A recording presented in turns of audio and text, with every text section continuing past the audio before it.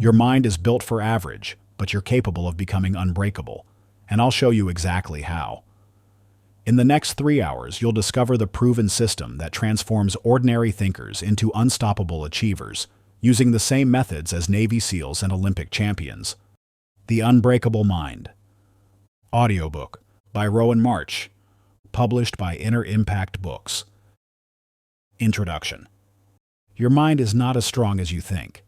Right now, as you read these words, countless micro-stressors are already chipping away at your mental fortress.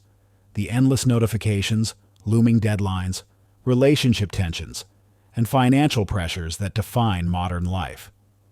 You feel it, don't you?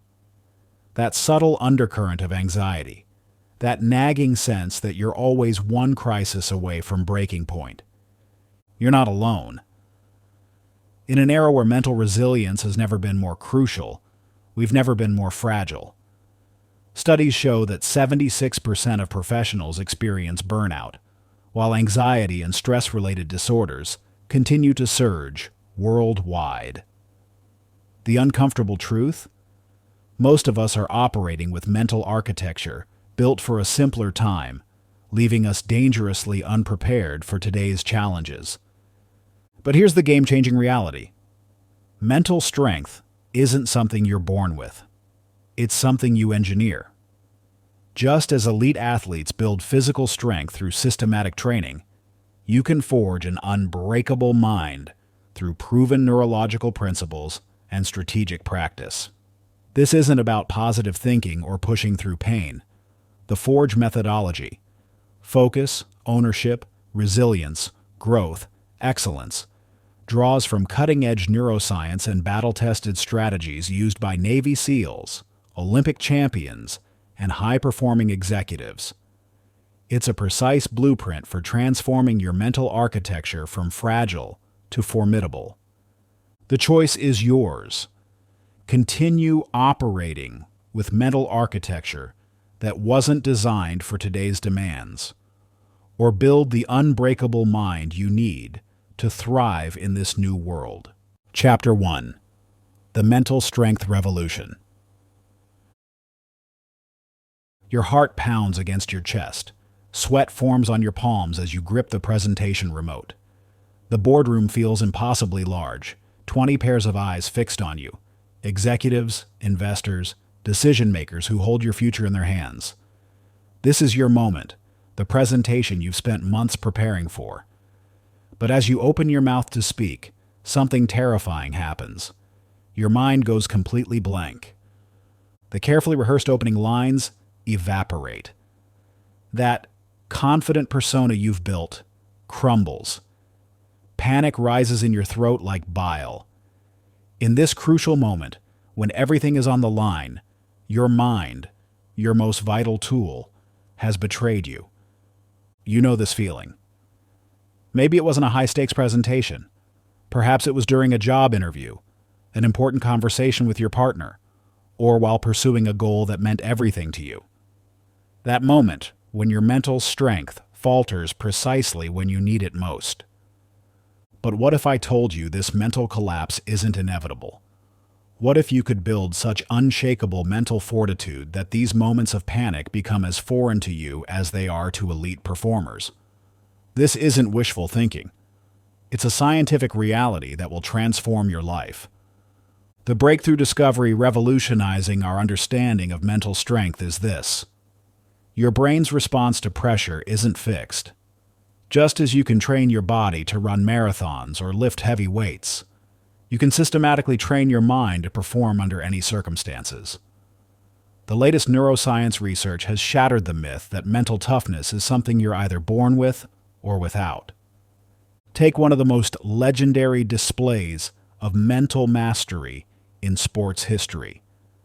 Michael Jordan's flu game during Game 5 of the 1997 NBA Finals. The night before this crucial playoff game, Jordan was struck with a severe case of food poisoning. Team doctors advised him not to play. He could barely stand up straight during warm-ups, his body racked with fever and dehydration. Yet what happened next defied medical science and human limitations.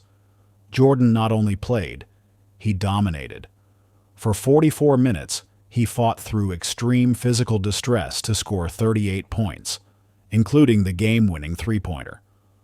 The Bulls won 90-88, taking a critical 3-2 series lead. But here's what most people miss about this story. Jordan's performance wasn't just about pushing through pain. It demonstrated something far more profound about the human mind's capabilities. In post-game interviews, Jordan revealed he used specific mental techniques to separate his consciousness from his body's distress signals. He didn't just ignore the pain, he systematically redirected his brain's processing of it. This reveals the first crucial truth about mental strength. Your mind's response to challenges isn't automatic or predetermined. It's trainable. Jordan hadn't just gotten lucky that night. He'd spent years developing the mental tools that allowed him to perform under extreme conditions. Our traditional understanding of willpower and mental toughness is fundamentally flawed. We've been taught that mental strength is about gritting your teeth and pushing through, a battle of force versus resistance. This outdated model explains why so many people fail to maintain high performance under pressure. They're using the mental equivalent of trying to break down a wall by running into it repeatedly. The new paradigm of mental training is based on systematic skill development, not brute force. Think of it like learning to play an instrument. You don't become a concert pianist by sitting down and attempting to play Beethoven's Fifth Symphony through sheer willpower. You build foundational skills, practice specific techniques, and gradually increase complexity until virtuoso performance becomes natural. This same methodical approach applies to developing mental strength. Through specific exercises and techniques, you can literally rewire your brain's response to pressure, fear, and uncertainty. Neuroscience shows that every time you practice these methods, you strengthen neural pathways that support peak performance while weakening those that trigger panic and doubt. Take Alex, a brilliant software developer who nearly abandoned his entrepreneurial dreams because of debilitating self-doubt. Every time he approached potential investors or tried to pitch his innovative security software, his mind would flood with worst-case scenarios. He'd stutter, lose his train of thought, and leave meetings feeling defeated. But Alex discovered these mental patterns weren't his destiny. He began applying systematic mental training techniques, starting small. First, he practiced controlling his physiological response to stress through specific breathing patterns. Then he developed mental triggers that could instantly activate his peak performance state. He created visualization routines that pre-wired his brain for success in high-pressure situations. Within 6 months, Alex had transformed. During his next investor pitch, when that familiar wave of panic began to rise, he deployed his mental tools automatically. His presentation flowed naturally. He handled tough questions with calm confidence. That meeting secured his startup's first round of funding. The key insight from Alex's transformation wasn't that he eliminated fear or uncertainty. It's that he developed reliable tools to perform powerfully despite those feelings. This is the essence of true mental strength. It's not about becoming fearless. It's about building systems that ensure you perform at your best regardless of circumstances. You're now at the beginning of your own transformation journey. The first step is identifying where mental weakness currently holds you back. Think about the recurring situations in your life where your mind betrays you. Is it during public speaking? In conflict situations? When pursuing ambitious goals? When facing uncertainty? Your patterns of mental collapse aren't random. They're specific and predictable. By identifying these patterns, you begin to take control of them. Throughout this book, you'll develop the exact tools needed to transform these moments of weakness into opportunities for displaying unshakable mental strength. But this isn't just about personal achievement. As you develop these capabilities, you become a force that lifts others. Your mental strength creates a field of confidence that influences everyone around you. Just as Jordan's transcendent performance inspired millions, your journey to mental mastery will impact far more lives than just your own. Chapter 2. The Power of Mental Ownership. Your life is exactly where your mental habits have led it. Every decision, every reaction, every moment of procrastination or action has carved the path to your current reality. This might sound harsh, but it's actually the most empowering truth you'll ever confront. Because once you understand that your mental patterns created your present circumstances, you unlock the power to create any future you desire. Take a moment to look around at your life right now. Your career, relationships, health, financial situation. None of these areas landed where they are by accident. They're the direct result of thousands of thoughts, decisions, and actions shaped by your mental habits. The promotion you wanted but didn't pursue, the relationship you stayed in too long, the health goals you kept postponing. These weren't just isolated choices. They were manifestations of deeply ingrained mental patterns. The human brain instinctively seeks to protect us from uncomfortable truths. It's far easier to point to external circumstances, bad luck, unfair treatment, lack of opportunities, than to acknowledge that our mental habits might be the primary force holding us back. But this protective instinct, while natural, becomes the first barrier to transformation. Neuroscience has revealed something fascinating about how our brains process responsibility and control. When we attribute outcomes to external factors, we activate regions associated with stress and anxiety.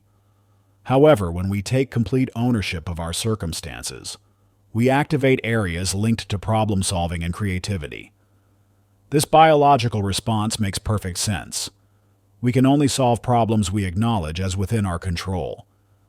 This principle of radical responsibility forms the cornerstone of mental strength. It's not about blame or self-criticism. It's about claiming your power to shape your reality. The moment you shift from an external to an internal locus of control, you transform from a passenger in your life to its driver.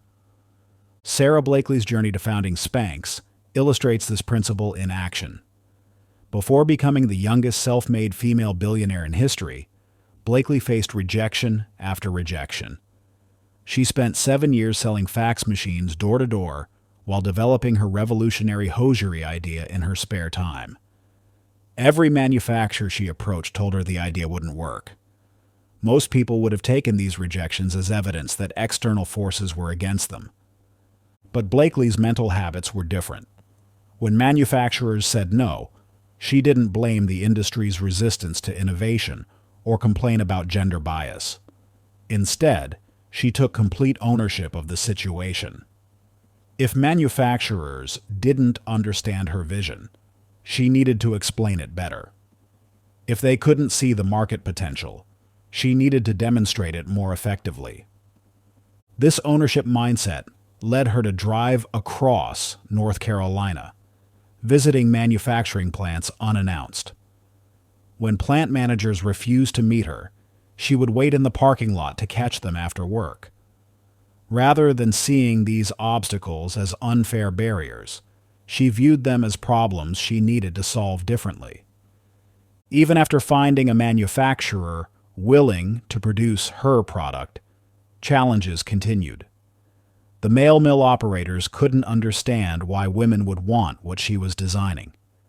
Instead of getting frustrated by this gender gap, Blakely took ownership of the communication challenge. She drew detailed diagrams and created prototypes herself, taking full responsibility for bridging the understanding gap. This pattern of radical responsibility continued throughout Spanx's growth.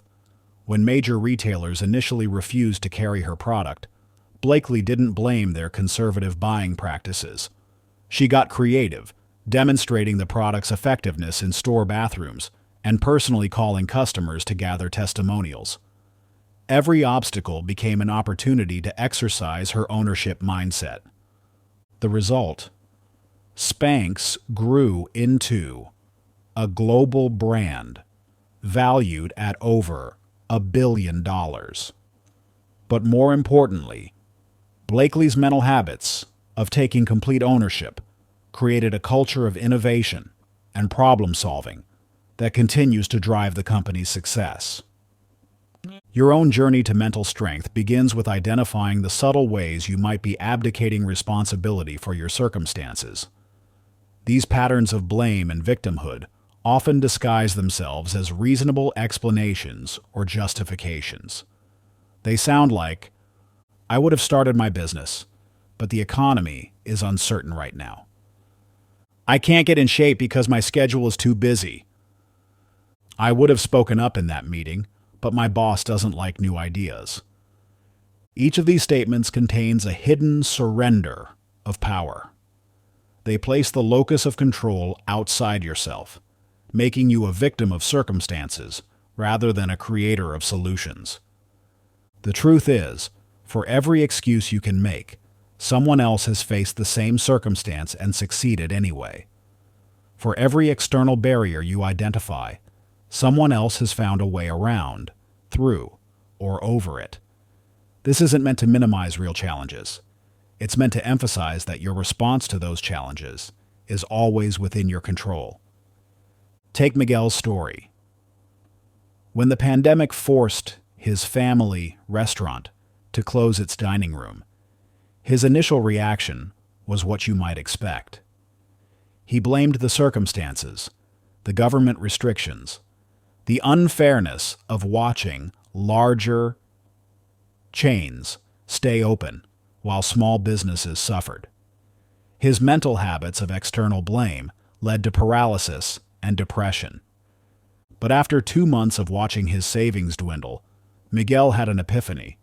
While he couldn't control the pandemic or restrictions, he had complete control over his response to them. Instead of asking, "Why is this happening to me?"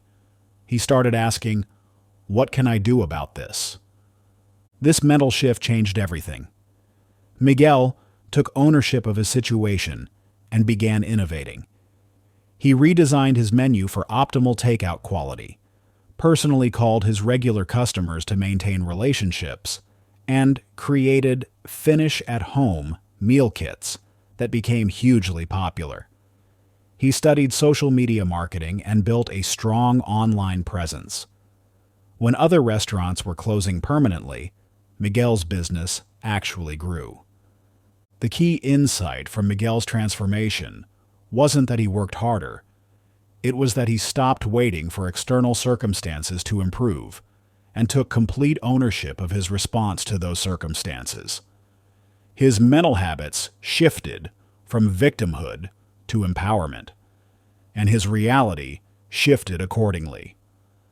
These stories illustrate a crucial truth about mental strength. It begins with accepting total responsibility for your current reality. This doesn't mean you caused every circumstance in your life, but it means you're responsible for how you respond to those circumstances. The moment you embrace this responsibility, you reclaim your power to change anything. This ownership mindset becomes particularly powerful when facing adversity. Instead of asking, "Why me?" you ask, "What's next?" Instead of dwelling on what you can't control, you focus intensely on what you can.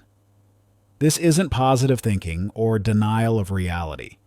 It's strategic allocation of mental energy toward productive channels.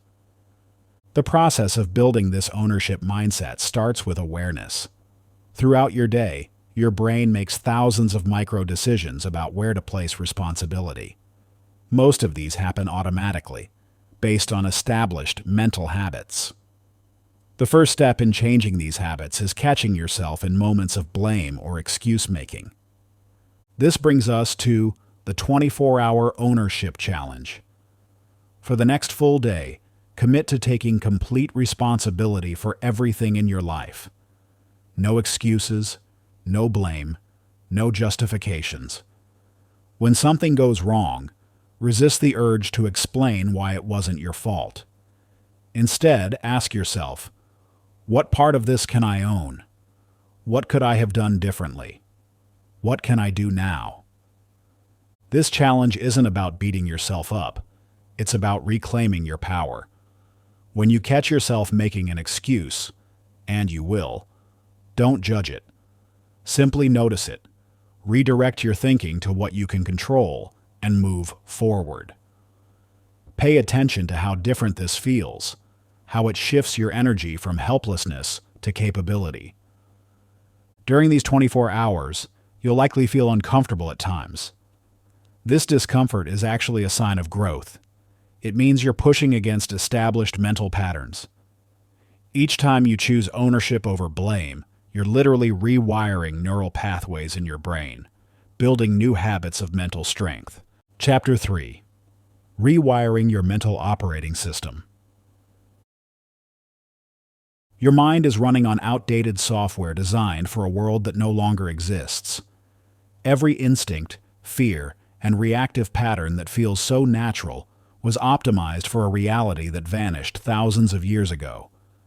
That quick surge of anxiety before public speaking. It's your ancient survival software misinterpreting social exposure as physical danger. The overwhelming urge to check your phone every few minutes.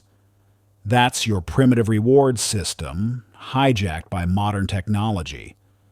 The tendency to catastrophize minor setbacks, an outdated threat detection system working overtime in a world it wasn't designed to navigate. Think about it. Your brain's core architecture evolved when survival meant spotting predators, finding food, and maintaining status within small tribal groups. Fight or flight responses, social anxiety, procrastination. These aren't personal failings. They're features of an operating system that hasn't received a major update since our ancestors were hunting and gathering on the savannah. But here's the revolutionary truth that neuroscience has uncovered. Your brain isn't hardwired. It's infinitely upgradable. Every thought, every practice, every conscious choice physically rewires your neural circuitry. This process, known as neuroplasticity, means you can systematically update your mental operating system to thrive in today's world. The science behind this is fascinating. When you engage in focused mental practice, your brain produces proteins called brain-derived neurotrophic factors, BDNF, which stimulate the growth of new neural connections. It's like your brain laying down new electrical circuits, creating faster, more efficient pathways for thoughts and behaviors. The more you activate these new circuits through deliberate practice, the stronger they become. Research has shown that even 8 weeks of consistent mental training can produce measurable changes in brain structure. Using advanced imaging techniques, they've documented increased density in regions associated with attention, emotional regulation, and decision-making. Your brain literally rebuilds itself based on how you use it. This isn't just academic theory.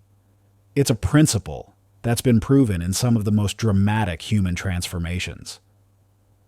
Let me tell you about David Goggins, who revolutionized his mental operating system so completely that he became almost unrecognizable to those who knew him before.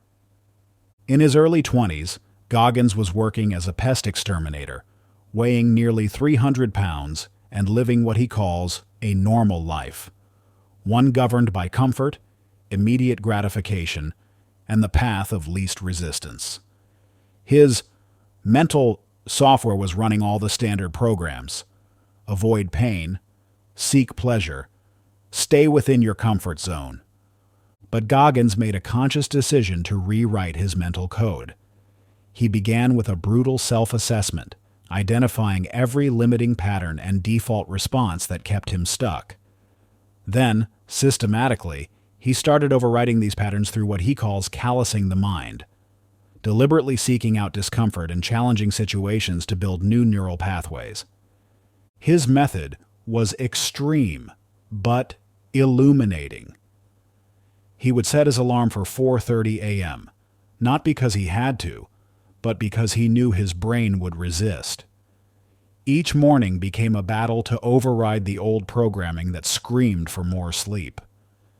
He would run in the hottest part of the day, not despite the discomfort, but because of it. Each challenging situation became an opportunity to rewrite his mental response patterns. The transformation was remarkable. Within a few years, Goggins had not only lost over 100 pounds, but had become one of the world's premier ultramarathon runners. He completed some of the most grueling endurance events on Earth, including the Badwater 135, a 135-mile race through Death Valley in July. He became a Navy SEAL and later set a world record for pull-ups, completing 4,030 in 17 hours. But the physical achievements were just external manifestations of the real transformation, the complete reprogramming of his mental operating system. Goggins didn't just get fitter, he systematically rebuilt his relationship with pain, fear, doubt, and limitation. He created new neural pathways that transformed challenges from threats into opportunities for growth. The process of updating your mental software doesn't require such extreme measures, but it does follow the same principles.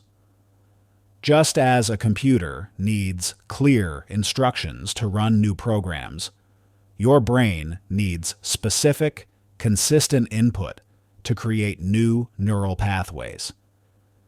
Take Jamie, a high school English teacher who struggled with anxiety and overwhelm. Her default mental programming would kick into overdrive at the slightest hint of conflict or unexpected change. Staff meetings would trigger racing thoughts. Confrontations with difficult students would leave her mentally exhausted. Parent conferences filled her with dread days in advance. Rather than accepting these responses as just how she was, Jamie approached them as outdated software in need of an update. She began by mapping out her typical mental reactions, noting how her brain would automatically catastrophize situations and generate worst-case scenarios. Working with these insights, Jamie developed a systematic approach to reprogramming her responses. She created what she called mental subroutines, specific thought patterns and behaviors she could practice in low-stress situations. When feeling overwhelmed, instead of letting her ancient threat detection system run wild, she would consciously engage her prefrontal cortex through structured problem-solving. She practiced these new patterns religiously, starting with small challenges and gradually working up to more stressful situations.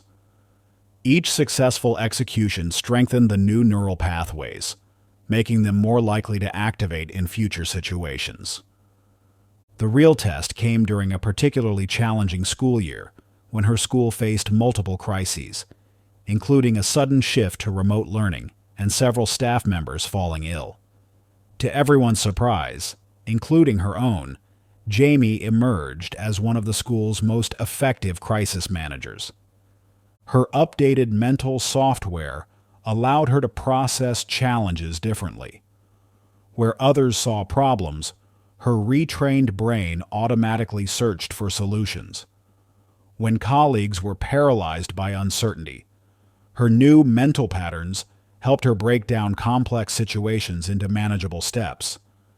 The same situations that would have previously triggered anxiety now activated her problem-solving capabilities. The key insight from Jamie's transformation wasn't that she eliminated anxiety. It's that she upgraded how her brain processed and responded to anxiety-producing situations. The old software was still there, but she had installed new programs that gave her better options for responding.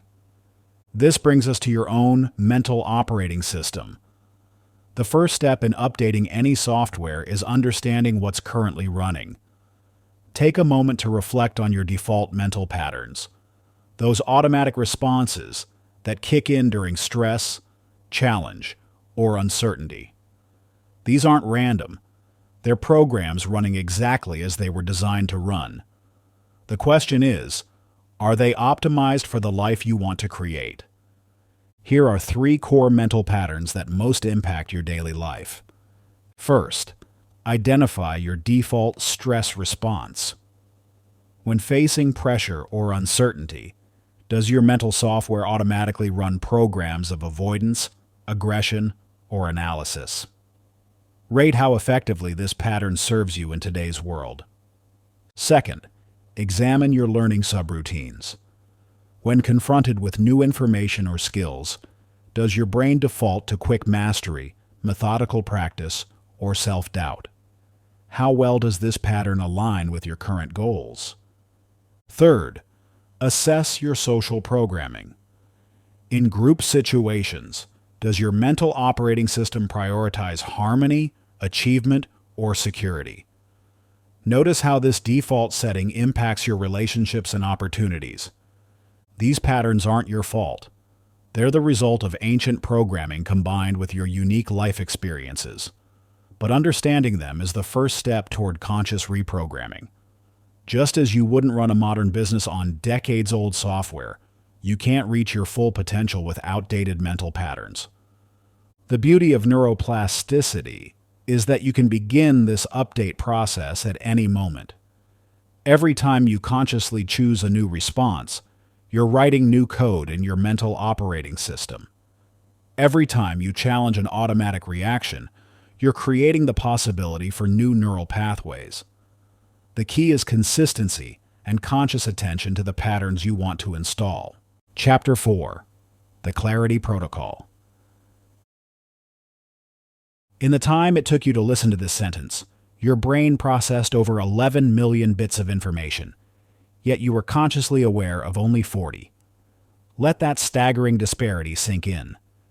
Every second, your mind is bombarded with a tsunami of sensory input, thoughts, and stimuli, while your conscious awareness catches merely a droplet of this vast ocean of information. This isn't just an interesting fact. It's the key to understanding why you sometimes feel overwhelmed, indecisive, or mentally foggy, despite your best efforts. Your brain is performing an incredible feat of filtration every moment of every day. But in our hyper-connected, information-saturated world, this ancient filtering system is being pushed to its absolute limits. Think of your mental clarity like a spotlight in a dark warehouse filled with countless moving objects. The spotlight can only illuminate a small area at a time, yet the success of your entire operation depends on pointing it at exactly the right things at exactly the right moments. When your filtering system gets overwhelmed, that spotlight becomes diffused, making everything harder to see clearly. The latest neuroscience research has revealed something startling. Mental fog isn't just an inconvenience. It's actively sabotaging your potential in ways you likely don't realize. Studies have shown that decision fatigue, the deterioration of our decision-making ability after prolonged mental exertion, doesn't just make us tired. It fundamentally alters how we process information and make choices. The impact of cognitive overload on performance is particularly striking. Research has demonstrated that high cognitive load can reduce our effective IQ by up to 13 points, equivalent to staying awake for 24 hours straight.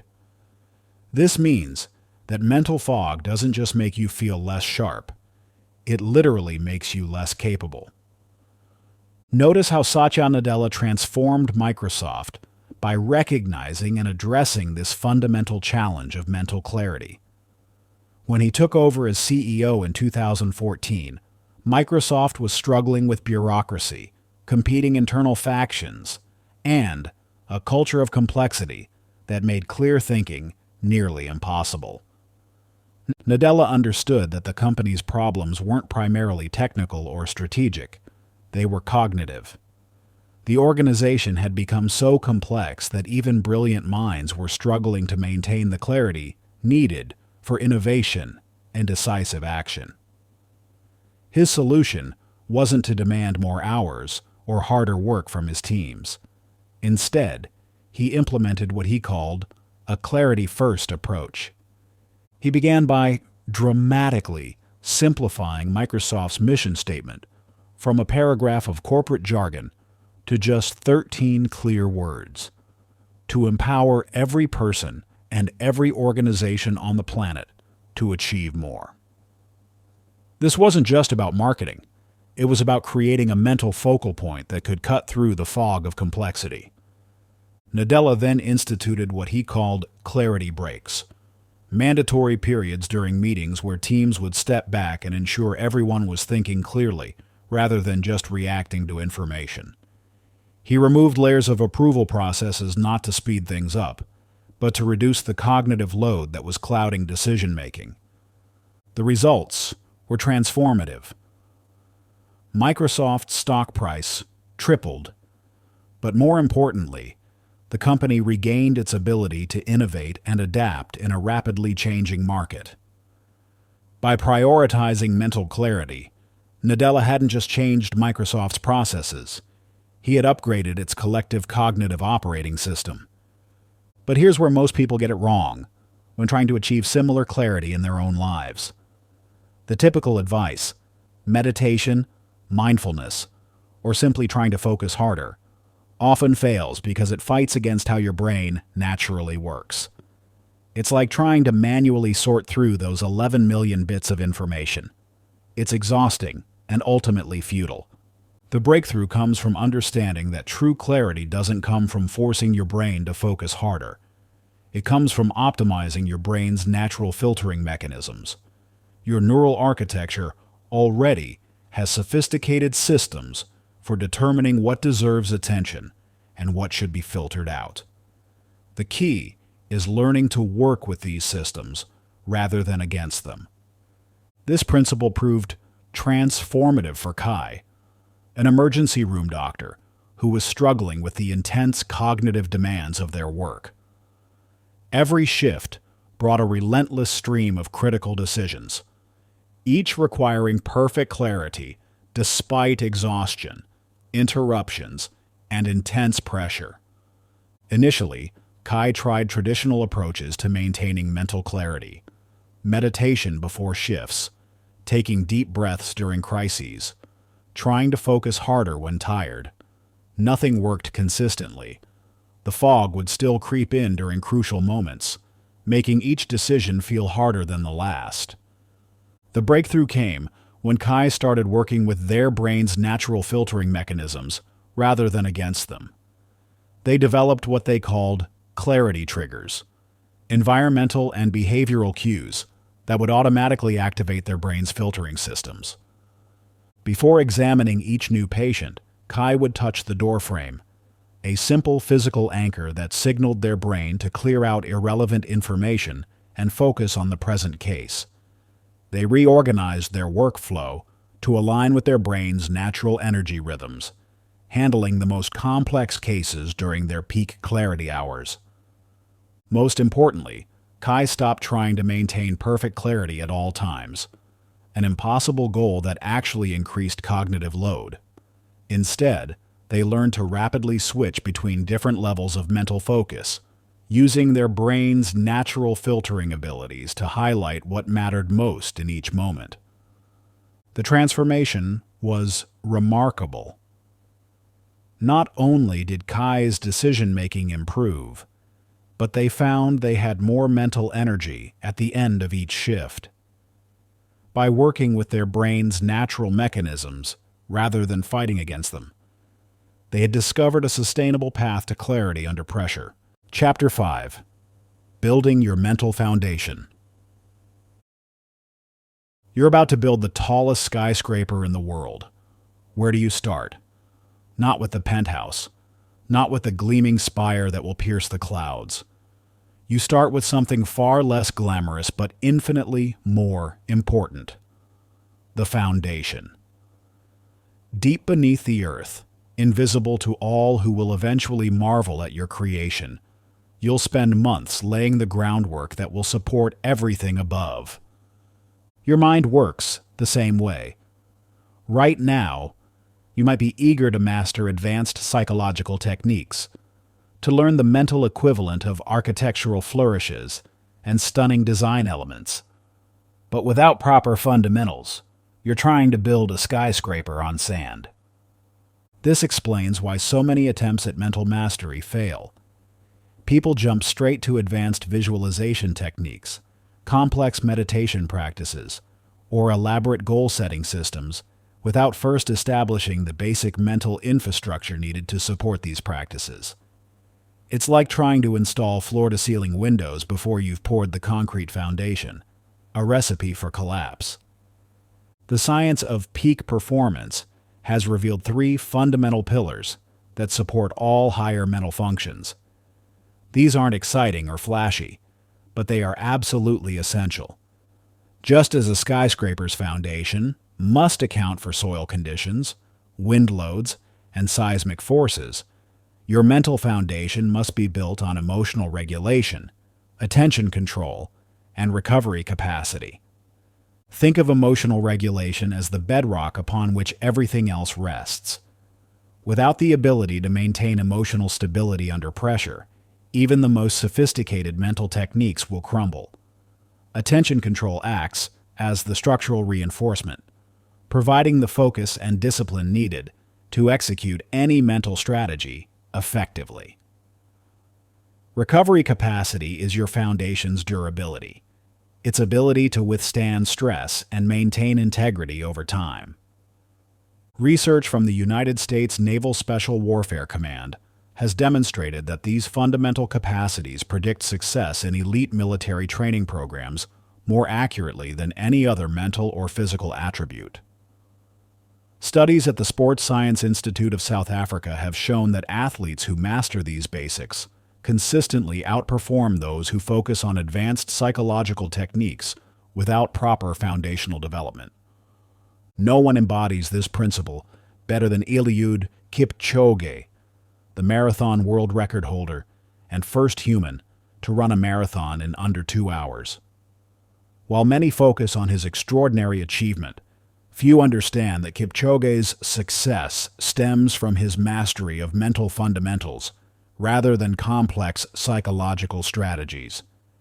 In his training camp in Kenya's Rift Valley, Kipchoge doesn't rely on sophisticated visualization techniques or elaborate mental preparation rituals. Instead, he focuses relentlessly on what he calls the simple disciplines. Basic practices that strengthen his mental foundation.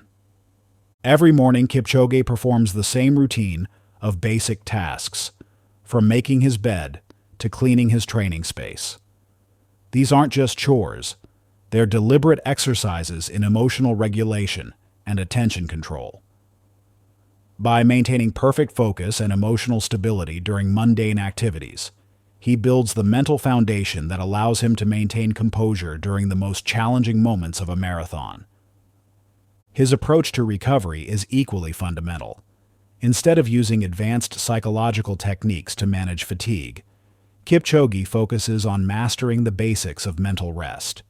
He's famous for taking afternoon naps and maintaining strict sleeping schedules, simple practices that build his recovery capacity. The results speak for themselves. While other elite runners often crumble under pressure, Kipchoge maintains remarkable composure even in the most challenging races. His world records aren't just testimonies to physical preparation, but to the power of mastering mental fundamentals.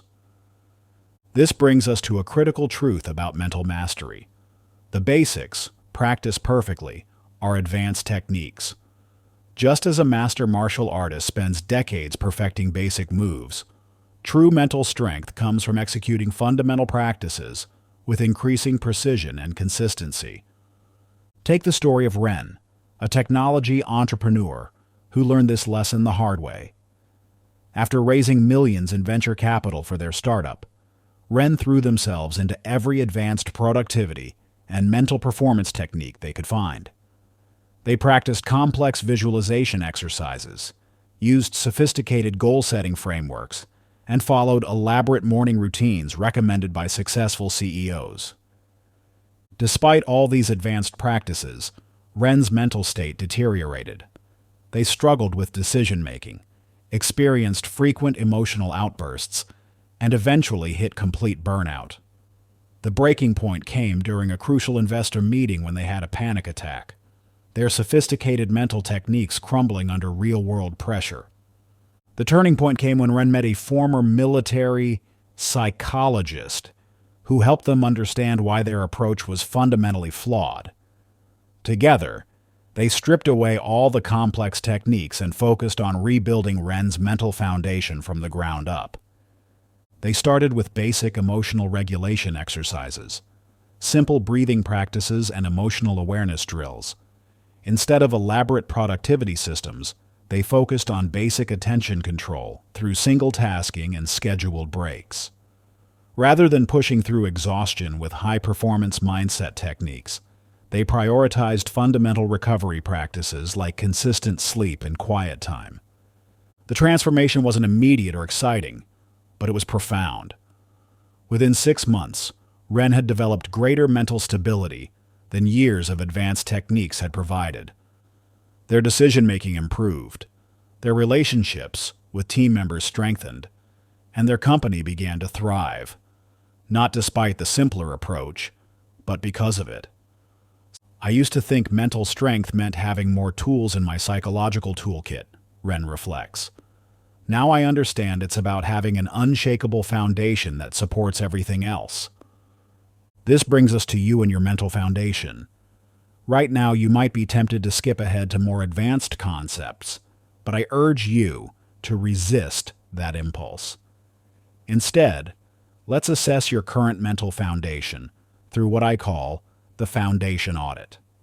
Take a moment to rate yourself on these fundamental capacities. Emotional regulation. How consistently can you maintain emotional stability under pressure? Can you experience strong emotions without being controlled by them? Attention control. What's your ability to maintain focused attention on a single task?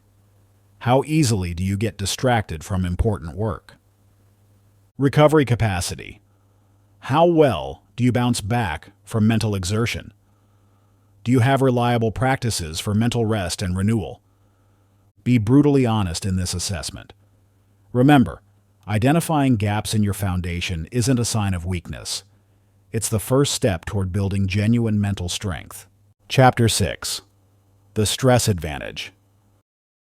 What if everything you know about stress is not just wrong but backwards? Right now, you're probably doing everything possible to reduce, manage, or eliminate stress from your life.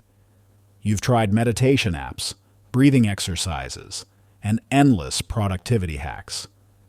Yet somehow, stress still controls your days, hijacks your thoughts, and holds you back from your true potential. Here's the truth that will transform your relationship with stress forever.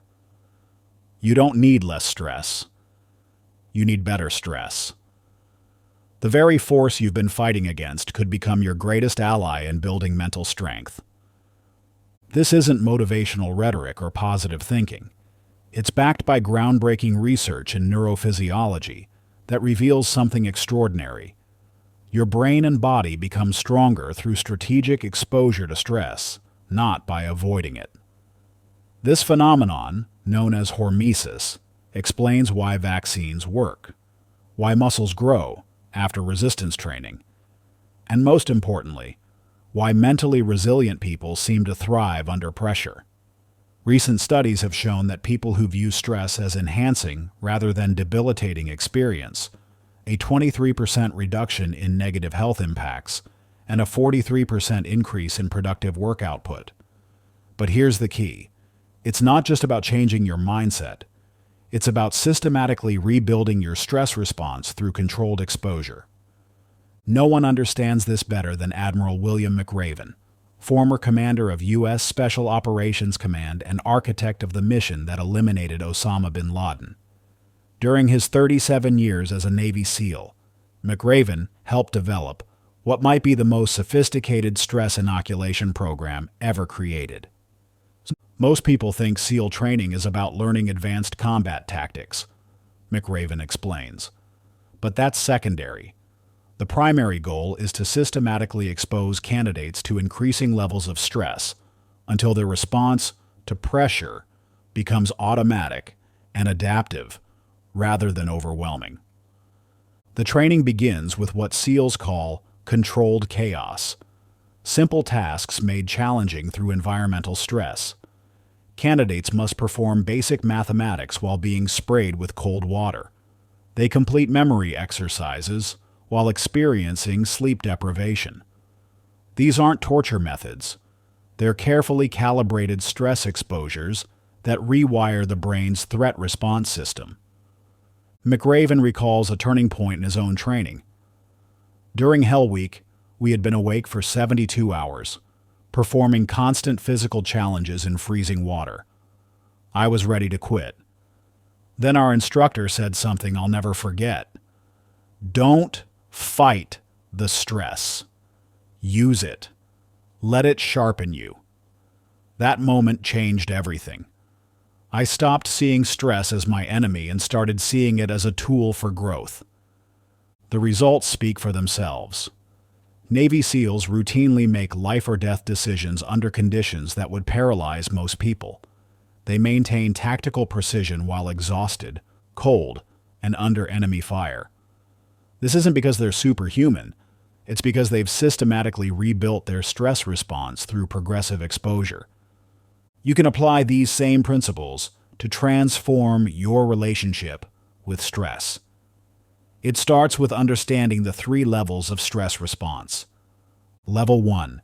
Threat response. Your default setting. Stress triggers fight or flight, impairing decision-making and performance. Level 2. Challenge response. Where you want to be. Stress energizes and focuses you, enhancing performance. Level 3. Growth response. The ultimate goal. Stress becomes a catalyst for development and strengthening. Let me tell you about Maya, a junior analyst who would literally shake at the thought of giving presentations. Rather than avoiding speaking opportunities, she decided to apply stress optimization principles. She started small, practicing presentations alone, then to one supportive colleague, then to small groups. Each exposure was challenging but manageable, gradually rebuilding her stress response. The key was understanding that my anxiety wasn't trying to hurt me. It was trying to help me perform, Maya explains. Once I stopped fighting it and started working with it, everything changed. Maya created what she called her stress ladder, a progression of increasingly challenging speaking situations. She would deliberately expose herself to each level until it became comfortable, then move up. Within 6 months, she had transformed from avoiding any public speaking to actively seeking presentation opportunities. The breakthrough came during a critical client meeting. The lead presenter became ill, and Maya volunteered to step in. In the past, this would have terrified me, she says.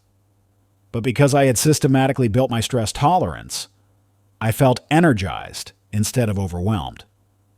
The stress sharpened my focus and enhanced my performance. Today, Maya leads training sessions for hundreds of employees. More importantly, she's discovered that her strengthened stress response carries over into every area of her life. Difficult conversations, tight deadlines, and complex problems that once seemed overwhelming now feel manageable. Your stress response can undergo the same transformation, but it requires abandoning the myth that stress is your enemy. Stop trying to eliminate stress from your life. Instead, learn to use it as the growth tool it was meant to be.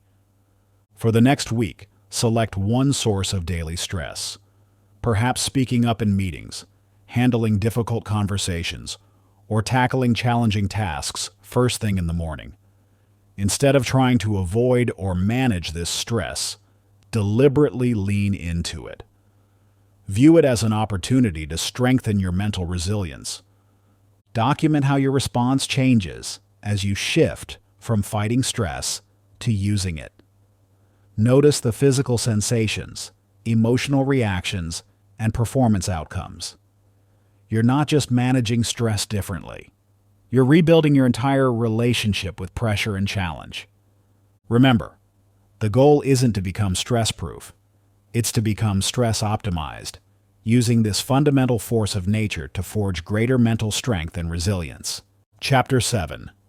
Emotional Mastery. Your heart races, your muscles tense, your thoughts spiral, and in 3 minutes, you'll step into the most important negotiation of your career. Everything you've worked for hinges on what happens in that room. But right now, your emotions feel like they're hijacking your body and mind. This scenario isn't just about negotiation. It's about the fundamental challenge you face whenever stakes are high and emotions run deep.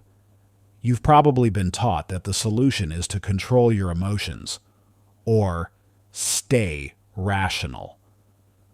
But what if I told you that this widely accepted wisdom is actually sabotaging your performance?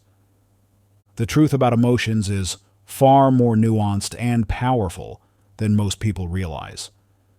Your feelings aren't random disruptions to be suppressed. They're sophisticated information processing systems that evolved over millions of years. When you understand how to work with them rather than against them, emotions become your greatest allies in achieving peak performance. Recent neuroscience research has revolutionized our understanding of emotions. Your brain isn't simply reacting to events with pre-programmed emotional responses. Instead, it's constantly constructing emotions based on past experiences, present context, and future predictions. This means you have far more influence over your emotional experiences than previously thought. We can learn from Michelle Obama's journey from Chicago's South Side to becoming one of the most influential first ladies in American history. Early in her career, she struggled with what she called emotional imposter syndrome, feeling that her intense emotions, particularly around issues of race and inequality, were somehow inappropriate in professional settings. I used to think I needed to suppress my emotional responses to be taken seriously, she revealed in her memoir. But I gradually realized that my emotions weren't my weakness. They were my superpower. They connected me to people's real experiences and helped me understand what needed to change. During her time as First Lady, Michelle faced unprecedented scrutiny and criticism. Rather than trying to emotionally detach, she developed what she calls emotional precision, the ability to fully experience her feelings while choosing how to channel them productively. One pivotal moment came during the 2008 campaign when she was labeled an angry black woman by certain media outlets. Instead of suppressing her frustration, she used it to fuel a more authentic and powerful public presence. I learned to transform that anger into passion, that hurt into determination, she explains. The key was not to deny the emotions, but to direct them toward positive change. This approach, what I call emotional alchemy, is supported by groundbreaking research from Dr. James Gross at Stanford. His studies show that people who try to suppress emotions actually experience decreased cognitive performance and increased physiological stress. In contrast, those who learn to reframe and redirect emotional energy show enhanced decision-making and stronger interpersonal connections. The practical application of emotional alchemy involves 3 key shifts. First, abandon the myth of emotional control. Your goal isn't to manage emotions, but to harness their energy. Think of emotions like water. You can't control the flow, but you can direct it to turn a turbine and generate power. Second, develop emotional literacy. Start recognizing emotions as data points rather than disruptions. Every feeling contains valuable information about what matters to you and what needs attention. Third, practice emotional redirection. Instead of fighting against emotional responses, learn to channel them into enhanced awareness and purposeful action. Take Chen, a neurosurgeon who struggled with intense pre-operation anxiety. Traditional advice suggested he should try to stay calm and suppress his nerves. Instead, working with a performance psychologist, he learned to recognize his anxiety as heightened awareness that could enhance his surgical precision. I used to fight my pre-surgery jitters, which only made them worse, Chen shares. Now I understand that slight tremor in my hands isn't fear. It's my body ramping up its sensory acuity. The butterflies in my stomach aren't weakness. They're my system ensuring I'm fully alert and engaged. Chen developed a pre-surgery ritual that transformed his relationship with these emotions. Rather than trying to calm down, he would acknowledge each sensation as part of his preparation process. The racing heart meant his body was optimizing blood flow. The heightened alertness meant his brain was primed for focus. The results were remarkable. Not only did his technical performance improve, but his ability to handle unexpected complications during surgery enhanced significantly. By working with his emotions rather than against them, Chen accessed a level of situational awareness that proved invaluable in critical moments. The real breakthrough came during a particularly challenging tumor removal, he recalls. Instead of my anxiety clouding my judgment, it sharpened my perception. I noticed subtle tissue variations I might have missed if I'd been forcing myself to stay artificially calm. Chapter 8. The Focus Framework. When did you last experience true focus? Not the kind where you're juggling emails while half listening to a meeting, or scrolling through your phone while watching TV. I mean, complete, undivided attention. The kind that makes time disappear and brings your full capabilities to life. If you're struggling to remember, you're not alone. You're living in what neuroscientists call the attention economy, where every moment of your mental space is under siege. Your smartphone buzzes an average of 63 times per day. Your email inbox fills with 121 new messages. Social media algorithms compete for every spare second of your attention, and that's just the beginning. Here's what makes this situation truly dangerous. Your brain isn't designed for this environment. Research from Microsoft's Human Factors Lab reveals that your average attention span has dropped from 12 seconds to 8 seconds since the rise of smartphones, shorter than a goldfish. But this isn't just about focus. It's about your fundamental ability to think deeply, create meaningfully, and achieve what matters most. Dr. Adam Ghazali's groundbreaking research at UCSF shows that every time you switch tasks, you lose up to 40% of your productive time. That's not just inefficiency, it's a direct tax on your potential.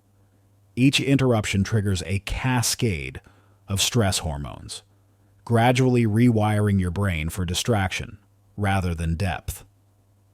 I knew a Cal Newport, author and professor of computer science at a major university.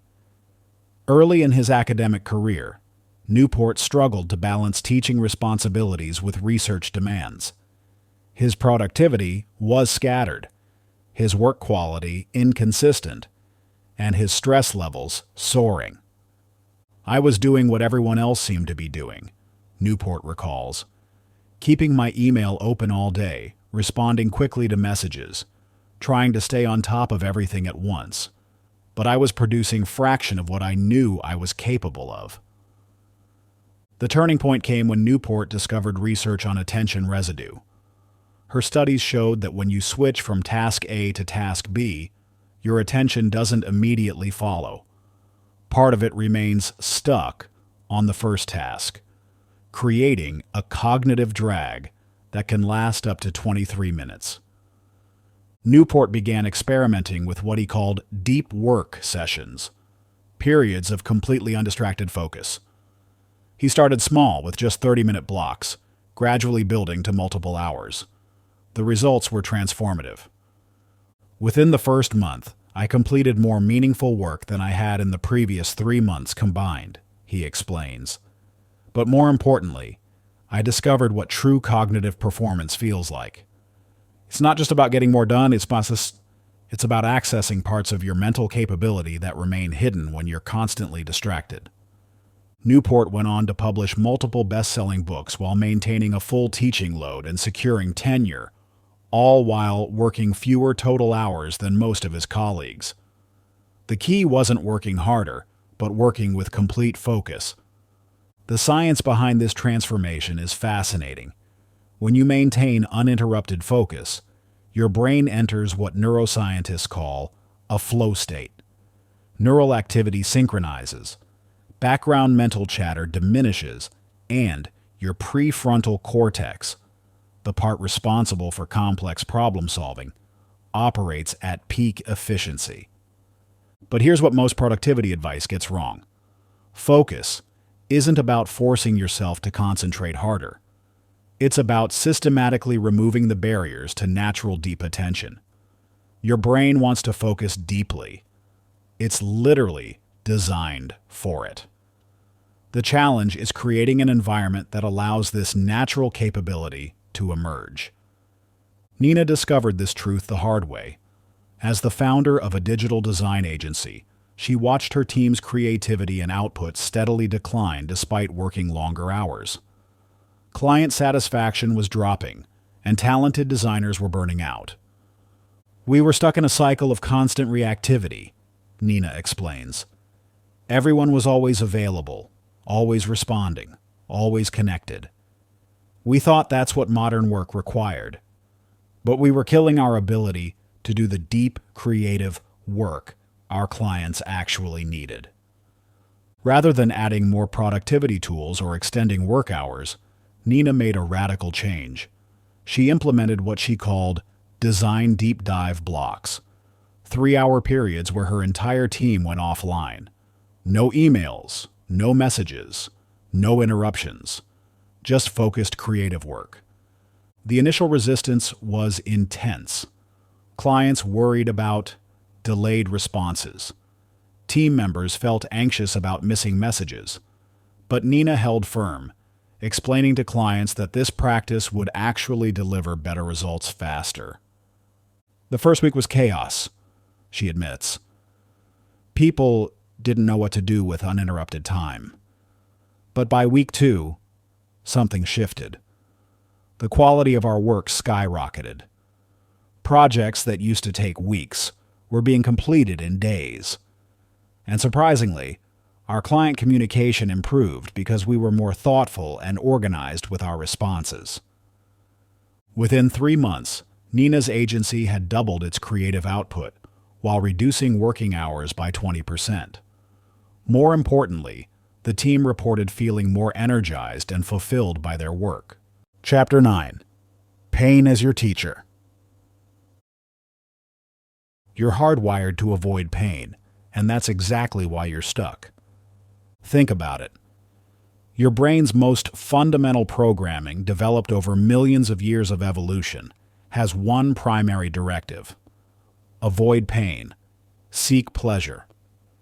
This biological imperative served our ancestors well, when survival meant avoiding predators and conserving energy.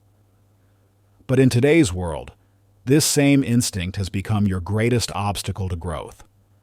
Every time you feel that resistance before making an important phone call, every moment you hesitate before speaking up in a meeting, every day you postpone starting that challenging project, that's your ancient pain avoidance system activating. It's trying to protect you, but instead, it's keeping you trapped in a comfort zone that's becoming increasingly uncomfortable. The science behind this paradox is fascinating. Research reveals that your brain processes psychological discomfort in the same regions that handle physical pain. When you face rejection, challenge, or uncertainty, your interior cingulate cortex lights up exactly as it would if you touched a hot stove. No wonder avoidance feels so natural. Your brain literally can't tell the difference between social discomfort and physical danger. But here's where it gets interesting. Studies on hormesis, the biological phenomenon where controlled exposure to stressors strengthens an organism, show that strategic discomfort isn't just beneficial, it's essential for growth. Just as a muscle must be stressed to grow stronger, your psychological resilience can only develop through controlled exposure to challenges. Consider Malala Yousafzai's extraordinary journey. At age 15, she faced unimaginable trauma when Taliban gunmen attempted to silence her advocacy for girls' education with an assassination attempt. Many would expect such an experience to crush a young person's spirit. Instead, Malala emerged stronger, more determined, and more influential than ever. "The terrorists thought they would change my aims and stop my ambitions," she said in her famous UN speech. "But nothing changed in my life except this. Weakness, fear, and hopelessness died. Strength, power, and courage were born." What's remarkable about Malala's story isn't just her survival or recovery. It's how she transformed trauma into fuel for global impact. Rather than allowing pain to define her as a victim, she used it as a catalyst for becoming the youngest Nobel Prize laureate in history. Her experience exemplifies what psychologists call post-traumatic growth, the phenomenon where adversity becomes a launching pad for extraordinary development. The key distinction in Malala's approach wasn't the magnitude of her challenge. It was her relationship with discomfort. Instead of viewing pain as an enemy to avoid, she recognized it as a signal that she was pushing against important boundaries. This mental shift transformed her relationship with adversity from a source of fear to a source of power. This principle applies far beyond extreme situations. Your daily choices to embrace or avoid discomfort shape your potential in profound ways. Each time you choose comfort over growth, you're not just maintaining the status quo. You're actually weakening your capacity to handle future challenges. Think of psychological resilience like immune system strength. If you lived in a completely sterile environment, your immune system would weaken from lack of exposure to manageable threats. Similarly, avoiding all psychological discomfort doesn't make you stronger. It makes you more vulnerable when challenges inevitably arise. The solution isn't to seek out pain indiscriminately. Instead, you need to develop what I call strategic discomfort intelligence, the ability to distinguish between productive and destructive forms of challenge. This means learning to recognize the difference between the discomfort that signals growth and the pain that warns of genuine danger. Dev, a contemporary artist in Chicago, discovered this distinction through necessity. After initial success in local galleries, Dev found himself increasingly paralyzed by creative blocks. Each blank canvas became an opportunity for failure, each brush stroke a potential mistake. His work grew safer, more predictable, and ultimately less engaging. "I realized I had started creating from a place of fear," Dev explains. "Every artistic choice was filtered through the question, what if people don't like this? Instead of, what if this is exactly what needs to be expressed?"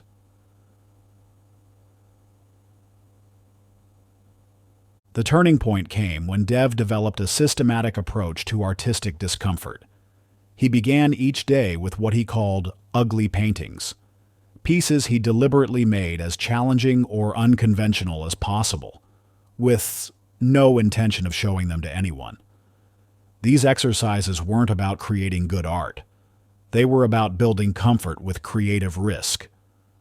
The first few weeks were excruciating, Dev admits. Every instinct screamed to return to safer territory. But gradually, something shifted. The fear of making bad art lost its power because I was deliberately making challenging work every day. Dev expanded this practice by seeking out increasingly uncomfortable artistic situations. He began painting in public spaces where people could watch him work. He submitted pieces to galleries that had previously rejected him. He even started live streaming his creative process, exposing his mistakes and uncertainties to real-time audiences. The result? Dev's work transformed. His next exhibition, titled Beautiful Disasters, featured his most daring and original pieces yet. Critics praise the raw authenticity and emotional depth of his new direction. More importantly, Dev discovered a new relationship with creative discomfort, one where uncertainty became an indicator that he was pushing into exciting new territory. The fear never completely goes away, Dev notes, but now it's more like a compass than a wall. When I feel that resistance, I know I'm probably heading in an interesting direction. This same principle applies to every area of your life where growth feels blocked. The path forward isn't about eliminating discomfort. It's about developing a new relationship with it. Think of discomfort as feedback rather than failure, as a signal of opportunity rather than a warning of danger. But this transformation requires more than just understanding. It demands systematic practice. This is where the discomfort ladder exercise becomes crucial. Take a moment now to identify 3 situations you typically avoid due to psychological discomfort. These might be professional challenges like public speaking, personal situations like difficult conversations, or creative endeavors like sharing your work publicly. Arrange these challenges in ascending order of difficulty, creating your personal discomfort ladder. The key is to make each step challenging enough to trigger growth, but manageable enough to avoid overwhelming your system. Remember, you're building a new relationship with discomfort, not trying to prove your toughness. For each rung on your ladder, create a specific, actionable plan for facing that challenge within the next month. The timeline is important. It creates urgency while allowing enough space for preparation. Your plan should include not just what you'll do, but how you'll prepare, what support you'll need, and how you'll measure success. Success in this context doesn't mean eliminating the discomfort.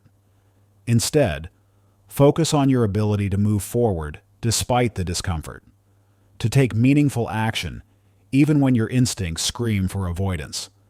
This is how you build what psychologists call psychological flexibility, the ability to pursue what matters most, even when it triggers discomfort. Chapter 10. The Resilience Code.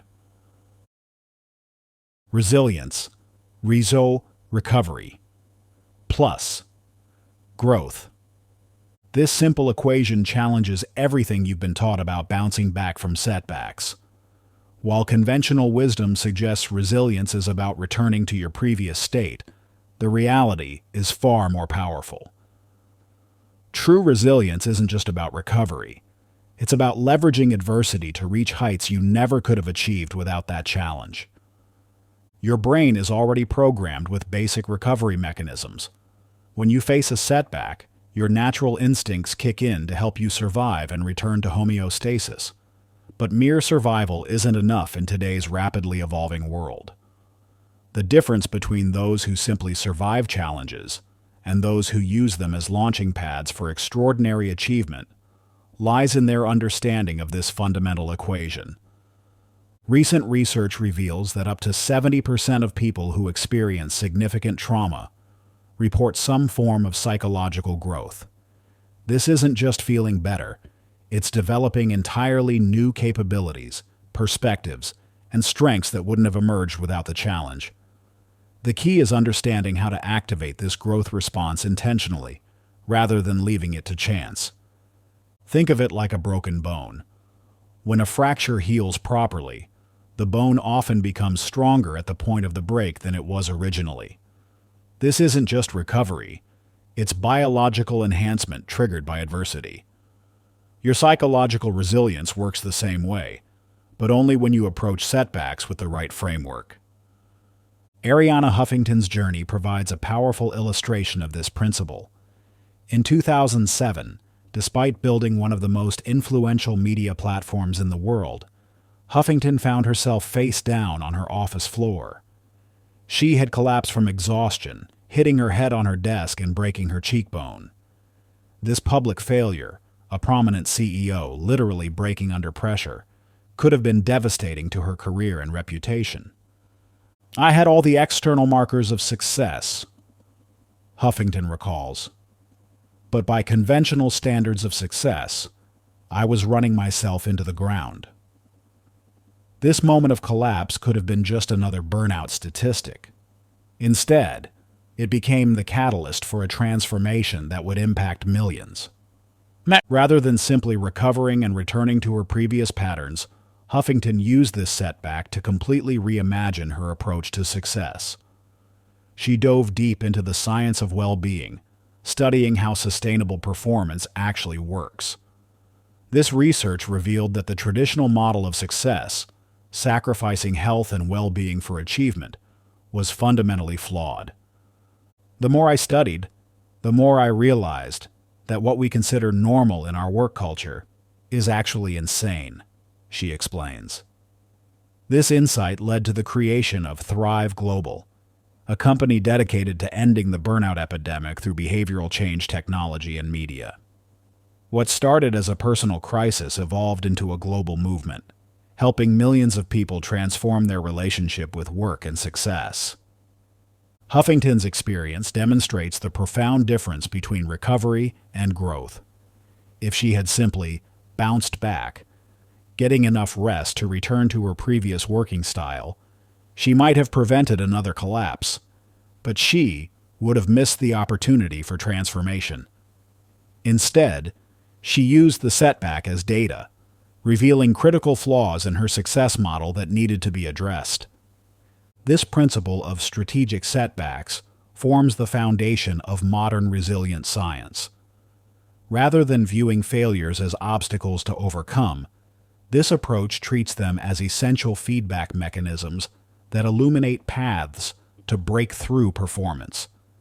It's about developing what researchers call anti-fragility, the ability to become stronger precisely because of stressors and challenges. The application of this principle requires a fundamental shift in how you process setbacks. Instead of asking, "How can I recover from this?" the key question becomes, "What is this situation trying to teach me about my current approach?" This shift transforms failures from endpoints into data points, each one revealing crucial information about what needs to change in your strategy or execution. Consider Luis, a talented chef who invested everything into his dream restaurant in Austin, Texas. Despite exceptional reviews and a loyal following, the business struggled with thin margins and operational challenges. When the pandemic hit in 2020, these underlying issues became catastrophic, forcing Luis to close the restaurant and file for bankruptcy. "It felt like watching my life's work burn to the ground," Luis remembers. "I had defined myself as a restaurant owner for so long, I couldn't imagine being anything else." But rather than attempting to simply recover and try again with another traditional restaurant, Luis applied the strategic setback framework to analyze what his failure was trying to teach him. He began by examining every aspect of his failed business model, not just the final crisis that forced closure. This analysis revealed that his true passion wasn't running a traditional restaurant. It was creating innovative dining experiences that brought people together.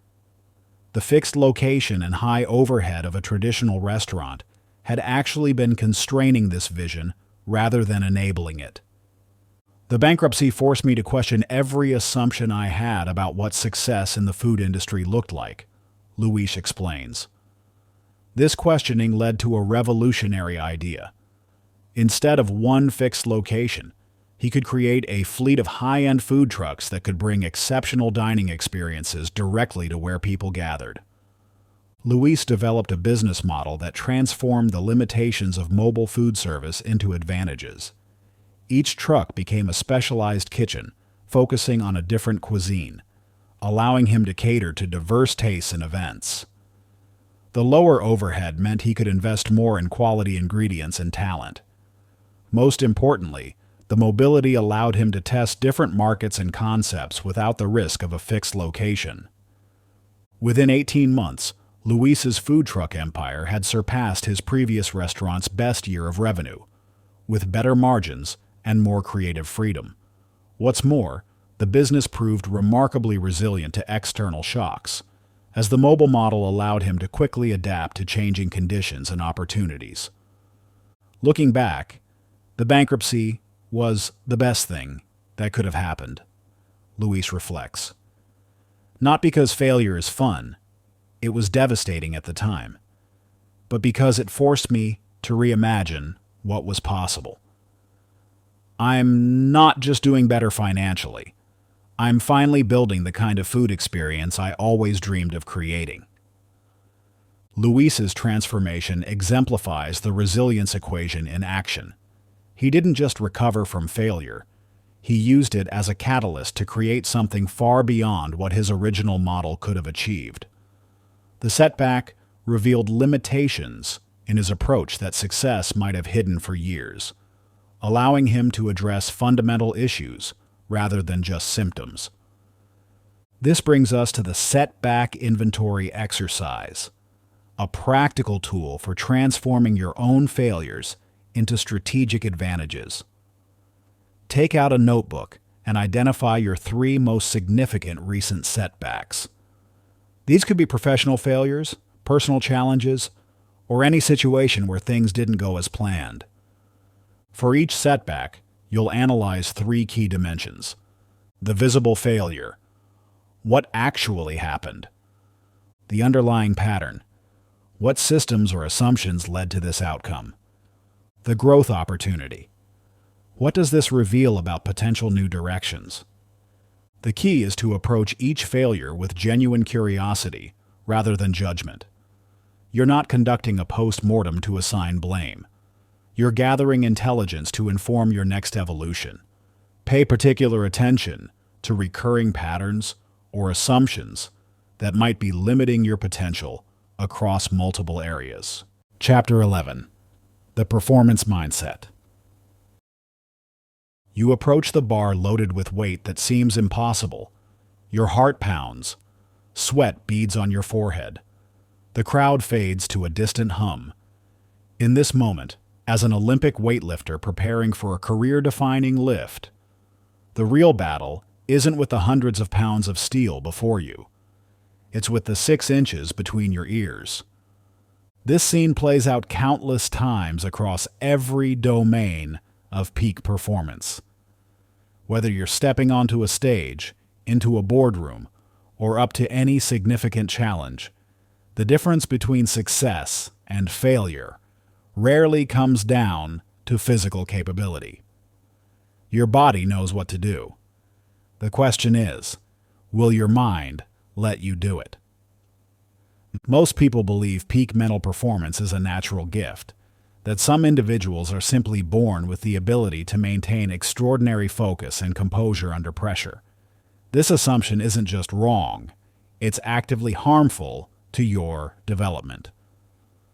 The latest research in performance psychology reveals that peak mental states are trainable skills, accessible to anyone willing to master the underlying principles.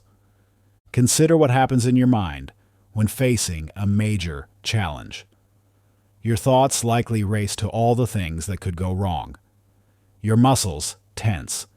Your breathing becomes shallow. These reactions aren't character flaws. They're evolutionary programming designed to keep you safe.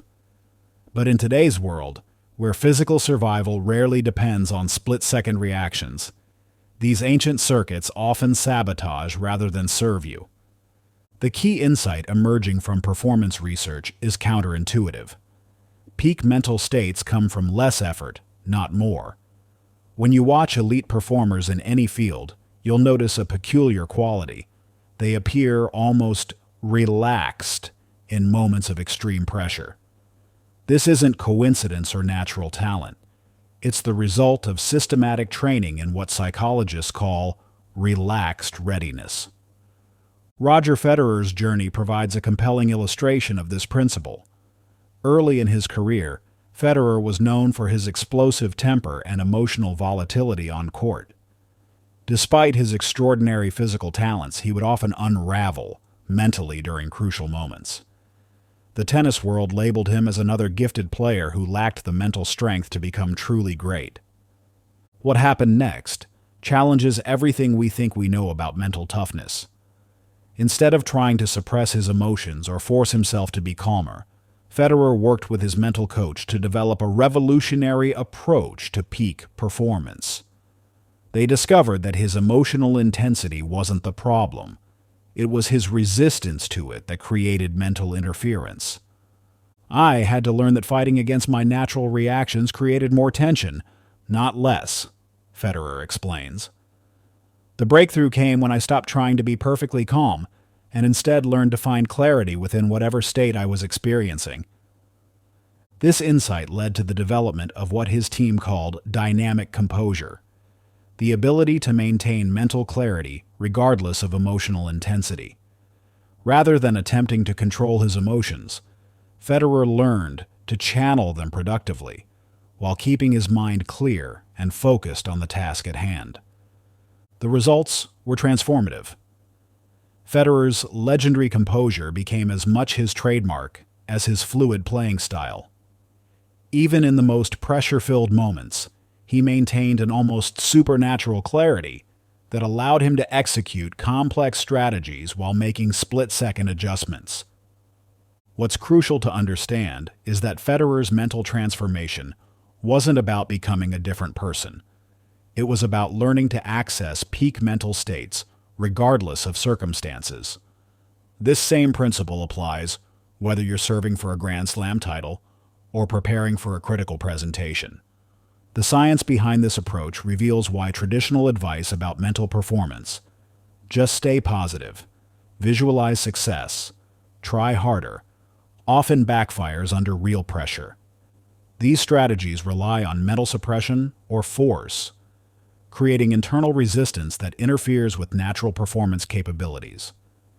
Instead, peak mental states emerge when you achieve what researchers call effortless concentration, a state of relaxed readiness where your mind is clear but highly responsive. This state allows you to access your full capabilities while maintaining the flexibility to adapt to changing conditions. Dr. Taylor, a neurosurgeon at Boston General Hospital, discovered the power of this approach during a particularly challenging period in her career. Despite being technically skilled, she found herself increasingly anxious before complex procedures, especially those involving high-risk patients. I was doing everything I thought I was supposed to do: positive self-talk, visualization, intensive preparation. But somehow, the more I tried to control my mental state, the more tense I became, Taylor recalls. The breaking point came during a difficult tumor removal when her anxiety began interfering with her manual dexterity. This crisis led Taylor to explore alternative approaches to mental preparation. Working with a performance psychologist, she developed a systematic pre-surgery routine based on the principles of relaxed readiness. Instead of trying to eliminate pre-surgery anxiety, she learned to maintain mental clarity alongside it. The core of Taylor's new approach involved what she calls precision preparation, a carefully choreographed sequence that triggers her optimal mental state. The key was discovering that I didn't need to feel perfectly calm. I needed to maintain clear perception and steady hands, regardless of how I felt emotionally. Her routine begins 20 minutes before each surgery. Rather than reviewing the procedure again, which she's already thoroughly prepared for, she focuses on calibrating her mental state through a series of specific actions. First, she finds a quiet corner of the preparation area and performs a 2-minute breathing pattern, not to relax, but to optimize her physiological state for fine motor control. Next, she reviews 3 previous successful surgeries, focusing not on the technical details, but on recalling the mental state she operated in. Finally, she performs a brief hand-warming exercise that ensures optimal circulation for microsurgery. The routine isn't about pumping myself up or calming myself down, Taylor explains. It's about creating reliable access to my peak mental state, regardless of the circumstances or how I'm feeling that day. The results were remarkable. Not only did Taylor's technical performance improve, but she found herself better able to handle unexpected complications during surgery. Her improved mental clarity allowed her to make better decisions under pressure while maintaining the manual precision essential for neurosurgery. What surprised me most was discovering that peak performance didn't require me to become superhumanly calm or confident. It required learning to maintain clarity and capability alongside whatever emotions arose. That's a skill anyone can develop with the right approach. Taylor's experience highlights a crucial principle. Peak mental states aren't about achieving some perfect emotional condition. They're about maintaining optimal functionality, regardless of your emotional weather. This insight leads us to the peak state trigger practice, a systematic method for developing your own reliable access to peak mental performance. The practice begins with forensic observation of your existing peak performances. Think of 3 times when you performed at your absolute best. Instead of focusing on what you did technically, pay attention to the mental state you were in. What did you notice about your thoughts, your physical sensations, your emotional tone? Look for patterns across these experiences. Often, you'll discover that your peak performances shared certain mental qualities, even if the circumstances were different. These patterns form the foundation for developing your personalized pre-performance routine. The key is identifying specific, repeatable actions that reliably trigger these mental qualities. These triggers should be: your routine might include physical elements, like specific breathing patterns, mental components, such as reviewing past successes, or environmental cues, particular music or movements. The specific combination matters less than its reliability in triggering your optimal state. Begin experimenting with different combinations, treating each performance opportunity as a laboratory for refining your approach. Pay particular attention to what works under varying levels of pressure. A routine that helps during practice might need adjustment for high-stakes situations. The goal isn't to eliminate pressure or anxiety, but to maintain clear perception and effective action, regardless of your emotional state. This is what separates truly elite performers from those who succeed only under ideal conditions. Chapter 12. Breaking Mental Barriers. For centuries, experts claimed it was physically impossible to run a mile in under 4 minutes. Then, Roger Bannister did it. Within months, 16 others did too. What changed? Not human physiology, not training methods, not track surfaces. What changed was the collective understanding of what's possible. You're carrying invisible barriers right now, beliefs about what you can and cannot achieve that feel as solid as physical laws. These aren't gentle suggestions or mild preferences. They're ironclad rules, written into your mental operating system, defining the boundaries of your potential. But here's the revolutionary truth. These barriers exist only in your mind, yet they create very real limitations in your life. The science of breakthrough performance reveals something extraordinary.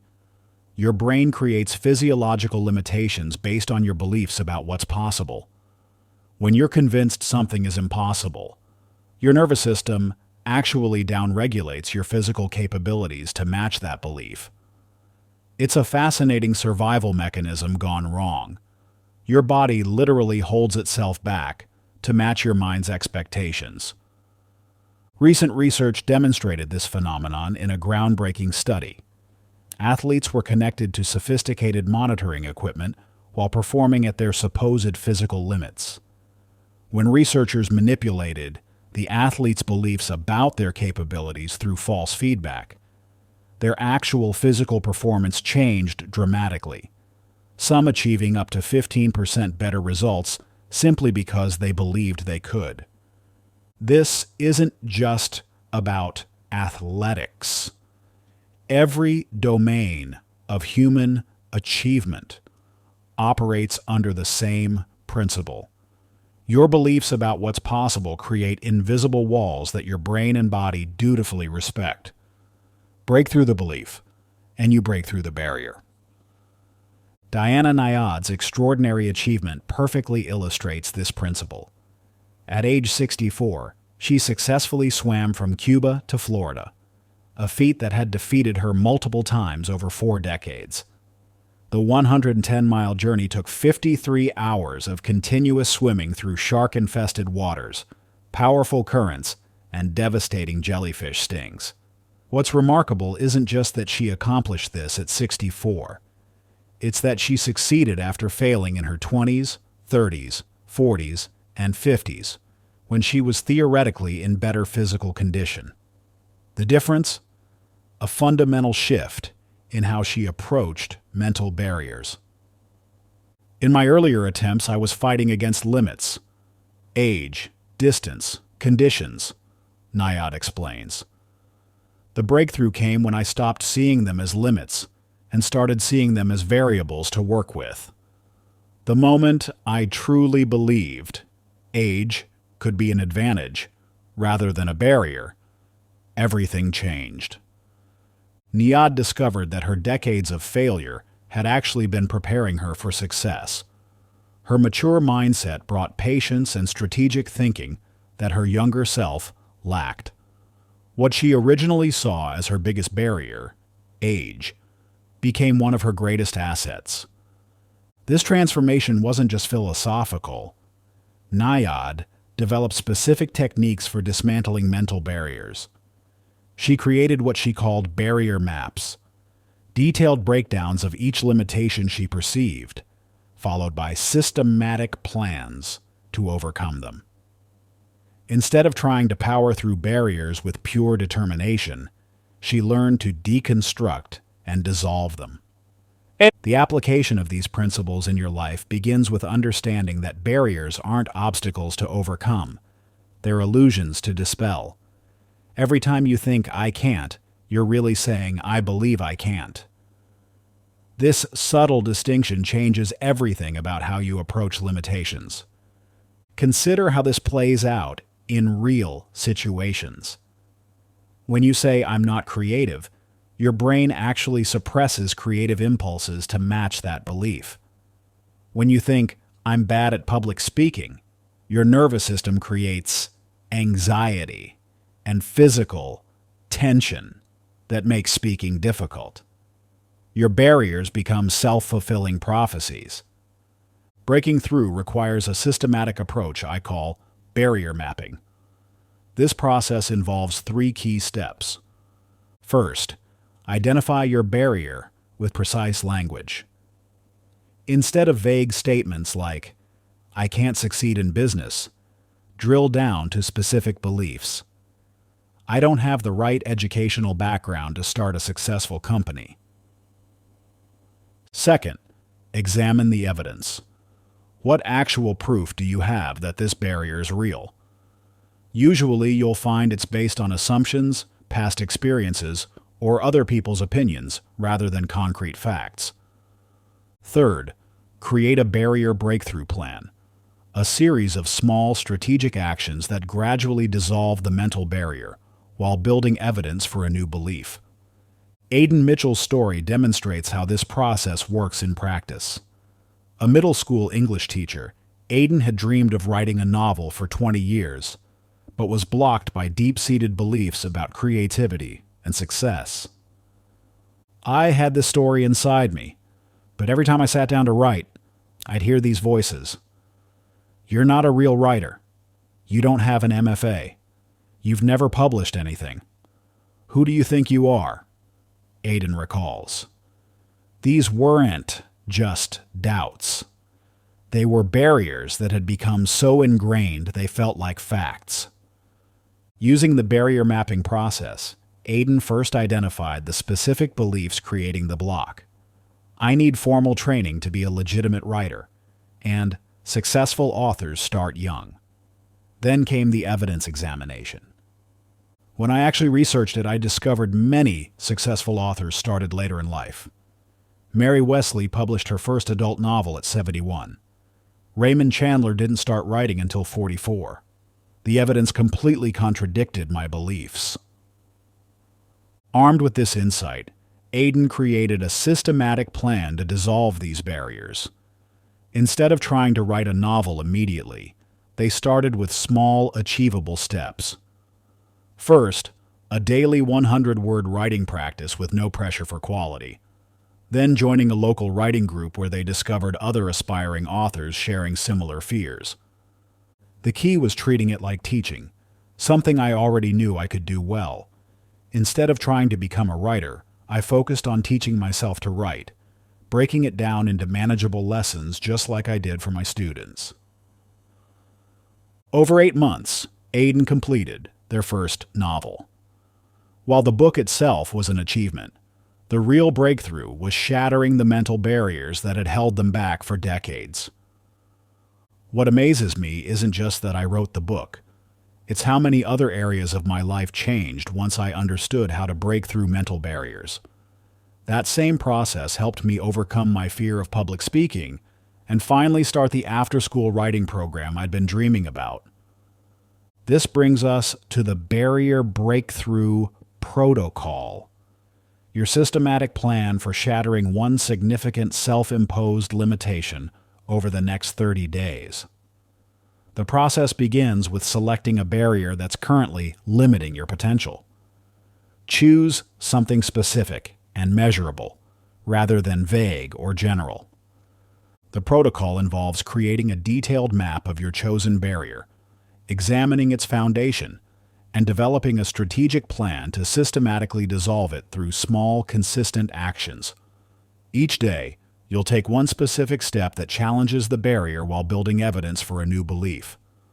Remember, breaking through barriers isn't about forcing change through willpower. It's about systematically dismantling false limitations until what seemed impossible becomes inevitable.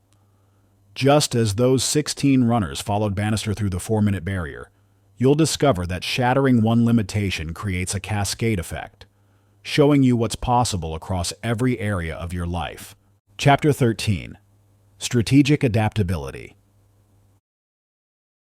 The Grand Master makes an unprecedented move. Your carefully planned strategy crumbles.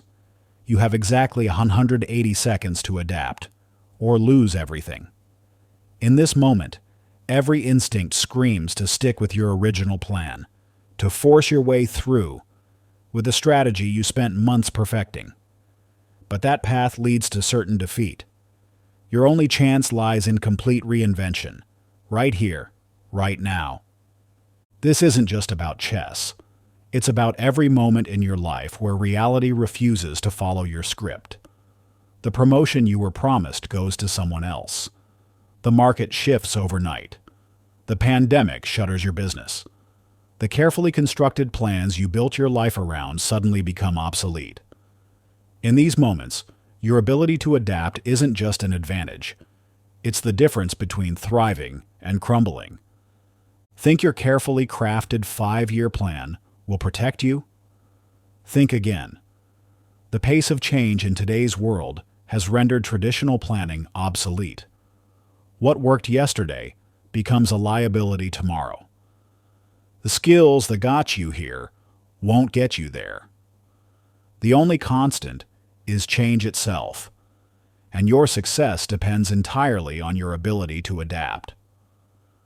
Recent neuroscience research reveals something fascinating about cognitive rigidity, our natural resistance to changing course. When faced with unexpected changes, the brain's threat response system activates, triggering what researchers call strategic freeze. This physiological response made perfect sense when our ancestors faced physical dangers. Staying still could save you from a predator. But in today's world, this same response keeps you stuck in outdated patterns while opportunities pass you by. Studies from the Harvard Innovation Lab show that companies with high adaptive capacity are 3.2 times more likely to succeed during periods of disruption than their more rigid competitors. More importantly, individuals who score high on psychological flexibility assessments report significantly higher levels of career satisfaction and advancement, regardless of their industry or role. Reed Hastings' transformation of Netflix provides a masterclass in strategic adaptability. In 2007, Netflix was dominating the DVD by mail market. They had perfected their logistics, built massive distribution centers, and created seemingly unbeatable competitive advantages. Then Hastings did something that seemed crazy at the time. He began actively dismantling this successful business model to bet everything on streaming. Most companies fail not because they make wrong decisions, but because they keep making the same decisions, even after the world has changed, Hastings explains.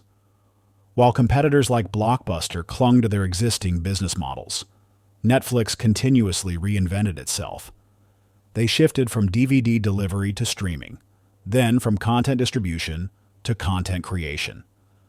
Each transformation required abandoning successful strategies and venturing into unknown territory.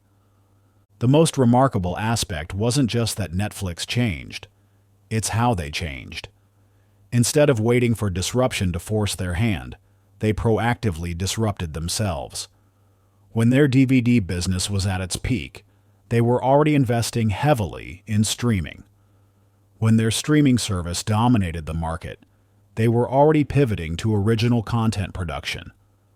This wasn't just about technology or market trends. It required fundamentally rewiring the company's culture around adaptability. Hastings developed what he called context over control leadership. Instead of rigid plans and procedures, employees were given clear context about challenges and empowered to adapt their approach as circumstances changed. Most people in organizations take the opposite approach. They wait until change becomes unavoidable, then react from a position of weakness. They treat adaptability as a last resort instead of a core strength. This reactive pattern explains why so many freeze in uncertainty. The key to developing adaptive thinking patterns lies in understanding how your brain processes change. When faced with unexpected situations, your neural pathways typically default to established patterns, the mental equivalent of driving the same route to work every day. Breaking free requires deliberately creating new neural pathways through structured exposure to change. This is where most adaptability training fails. Simply telling yourself to be more flexible or embrace change doesn't work. You need systematic methods for overcoming your brain's natural resistance to uncertainty. This starts with what I call the adaptability triangle, 3 core practices that build your capacity for strategic reinvention. First, cultivate active uncertainty. Deliberately seek out situations that challenge your assumptions and force you to think differently. This builds your tolerance for ambiguity and strengthens your ability to think clearly in chaos. Second, develop multiple perspectives. For every situation, practice generating at least 3 different interpretations or approaches. This breaks your mind's tendency to lock onto single solutions. Third, embrace micro-experiments. Instead of big, risky changes, constantly run small tests that build your adaptability muscles while limiting downside risk. Layla's story perfectly illustrates how these principles work in practice. As a high school chemistry teacher with 15 years of experience, she had perfected her teaching methods through countless iterations. When the pandemic forced a shift to remote learning, everything she had mastered became instantly obsolete. My first instinct was to try replicating my classroom methods online, Layla recalls. I spent weeks trying to force my old approach to work in the new environment. The results were disastrous. Students were disengaged, test scores plummeted, and I was exhausted from fighting against reality. The breakthrough came when Layla started applying the adaptability triangle. Instead of trying to replicate her classroom experience, she began running micro-experiments with new teaching methods. She tried 5-minute video lessons followed by practical experiments students could do at home. She created virtual study groups where students taught concepts to each other. She even turned her chemistry lessons into a serialized story that unfolded over several weeks. Each experiment taught me something, even when it failed, she explains. More importantly, it changed how my students viewed learning. They stopped expecting perfect solutions and started embracing the process of discovery and adaptation. The results went far beyond surviving the pandemic. Layla's students showed better comprehension and retention than ever before. Parents reported increased enthusiasm for learning. When schools reopened, she didn't go back to her old methods. She created a hybrid approach that combined the best elements of both worlds. The biggest lesson wasn't about teaching chemistry. It was about the power of adaptability itself. Now I actively look for opportunities to challenge my assumptions and try new approaches. Every semester, I deliberately change at least one major aspect of my teaching method, even if the current approach is working well. This brings us to the Adaptability Accelerator exercise. For the next week, you'll deliberately change one significant daily routine. This isn't about random change. It's about systematic adaptation that builds your capacity for strategic reinvention. Choose a routine that's deeply ingrained in your daily life, your morning schedule, your work process, your exercise routine, or your communication patterns. Document your initial resistance, the adaptations you make, and the insights you gain. Pay particular attention to the moments when you feel the strongest urge to revert to your old patterns. The goal isn't to permanently change this routine, though you might discover better approaches. The goal is to strengthen your adaptability muscles by deliberately practicing strategic reinvention in a controlled environment. This builds the neural pathways you'll need when unexpected changes force you to adapt in higher-stakes situations. Chapter 14. The Achievement Engine. Motivation is a lie. Achievement has nothing to do with feeling motivated. Every time you wait for inspiration to strike or the right mood to settle in, you're gambling with your future. The most dangerous myth in personal development is that successful people somehow harness endless wells of motivation to fuel their accomplishments. You've experienced this yourself. The surge of motivation after an inspiring video or powerful seminar. The rush of energy and determination that makes anything feel possible. The bold declarations about finally making that change, starting that project, or building that dream. And then, inevitably, the fade. The return to old patterns once that initial spark dies out. This isn't a personal failure or lack of willpower. It's the predictable outcome of relying on an unreliable force. Motivation is like weather. Sometimes it's there, sometimes it isn't. Building your achievement strategy around motivation is like planning an outdoor wedding without a backup plan. You're setting yourself up for disappointment. Recent reveals something fascinating about achievement patterns. When studying high performers across various fields, researchers discovered that consistent achievement had almost nothing to do with feeling motivated. Instead, success correlated strongly with having systematic approaches that functioned independently of emotional states. This finding challenges everything we think we know about achievement. We've been taught that great accomplishments require great motivation, that success comes from wanting it badly enough or staying inspired. The data tells a different story. The highest achievers aren't better at generating motivation. They've simply learned to succeed without it. Consider Kobe Bryant's legendary 4 a.m. workout routine. For over 20 years, Bryant maintained a pre-dawn training regimen that became almost mythical in basketball circles. He would arrive at the gym at 4 a.m., hours before his teammates, and put himself through an exhaustive series of drills and conditioning exercises. What's remarkable isn't just the early hour or the intensity, it's the consistency. Bryant maintained this routine through championships and injuries, through personal triumphs and public scandals, through every imaginable high and low of a 20-year professional career. The thing about 4 a.m., Bryant explained in his last season, is that it has nothing to do with feeling good. Most mornings, I don't want to be there. My body's sore, I'm tired, and my bed feels perfect. But that's exactly why the routine matters. If I waited until I felt like working out, I'd still be waiting. This wasn't about motivation or discipline in the traditional sense. Bryant had built a system so ingrained that it operated independently of his emotional state. The 4 a.m. workout wasn't a daily decision. It was simply what happened, like gravity or sunrise. The science behind this approach is fascinating.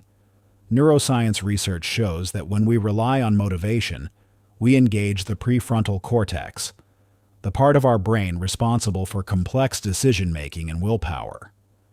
This creates two problems. First, willpower is a finite resource that depletes throughout the day. Second, the very act of making decisions drains our mental energy. By contrast, systematic behaviors bypass this energy-intensive process. When we build proper systems, the behavior becomes automated, requiring minimal mental energy. It's the difference between having to decide to brush your teeth every morning versus just doing it automatically as part of your routine. This is where most achievement strategies fail. They focus on generating more motivation instead of building systems that work without it. It's like trying to solve a car's reliability problems by adding more fuel instead of fixing the engine. The key lies in understanding the three components of systematic achievement. Environmental design, creating spaces and situations that make desired behaviors easier and undesired behaviors harder. Trigger stacking, linking new behaviors to existing habits to leverage established neural pathways. Success scaffolding, building progressive systems that grow in complexity as capability increases. Marcus's transformation from struggling freelancer to successful business owner perfectly illustrates these principles in action. 3 years ago, Marcus was caught in the typical freelancer trap: inconsistent work patterns, feast or famine income cycles, and constant anxiety about finding the next project. I kept thinking if I could just stay motivated enough, work hard enough, everything would fall into place, Marcus recalls. I'd have these bursts of productivity where I'd work 16-hour days, then crash for a week. My income looked like a heart monitor, big spikes followed by flat lines.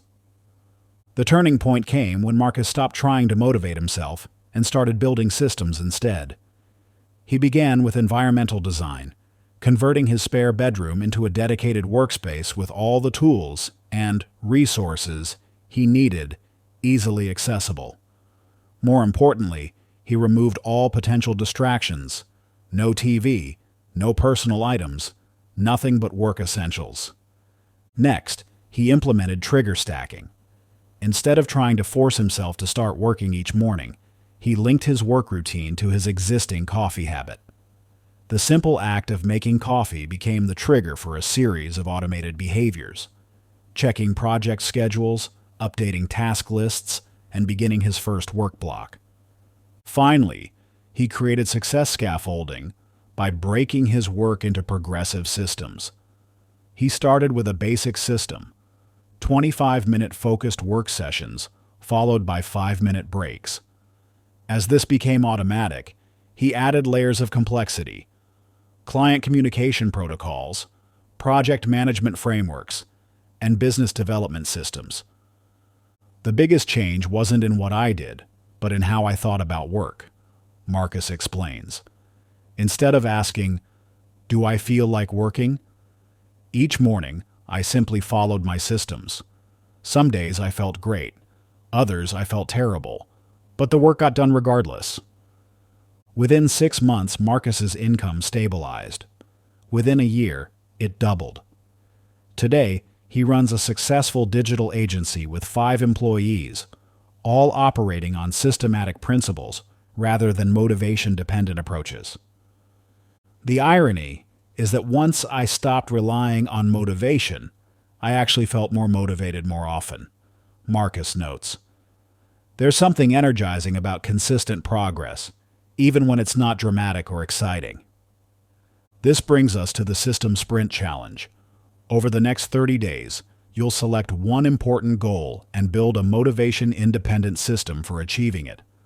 This isn't about willpower or inspiration. It's about creating a reliable framework for consistent progress. Start by choosing a goal that matters to you, but has resisted motivation-based approaches. Then, apply the 3 components of systematic achievement. Document your system's performance daily, focusing on execution rather than results. Pay particular attention to the moments when motivation is lowest. These are your opportunities to prove and refine your system's reliability. Remember, the goal isn't to feel more motivated. The goal is to make motivation irrelevant to your success. When you build systems that work regardless of how you feel, you transform from someone who occasionally achieves to someone who achieves systematically. Chapter 15. Mental Time Travel.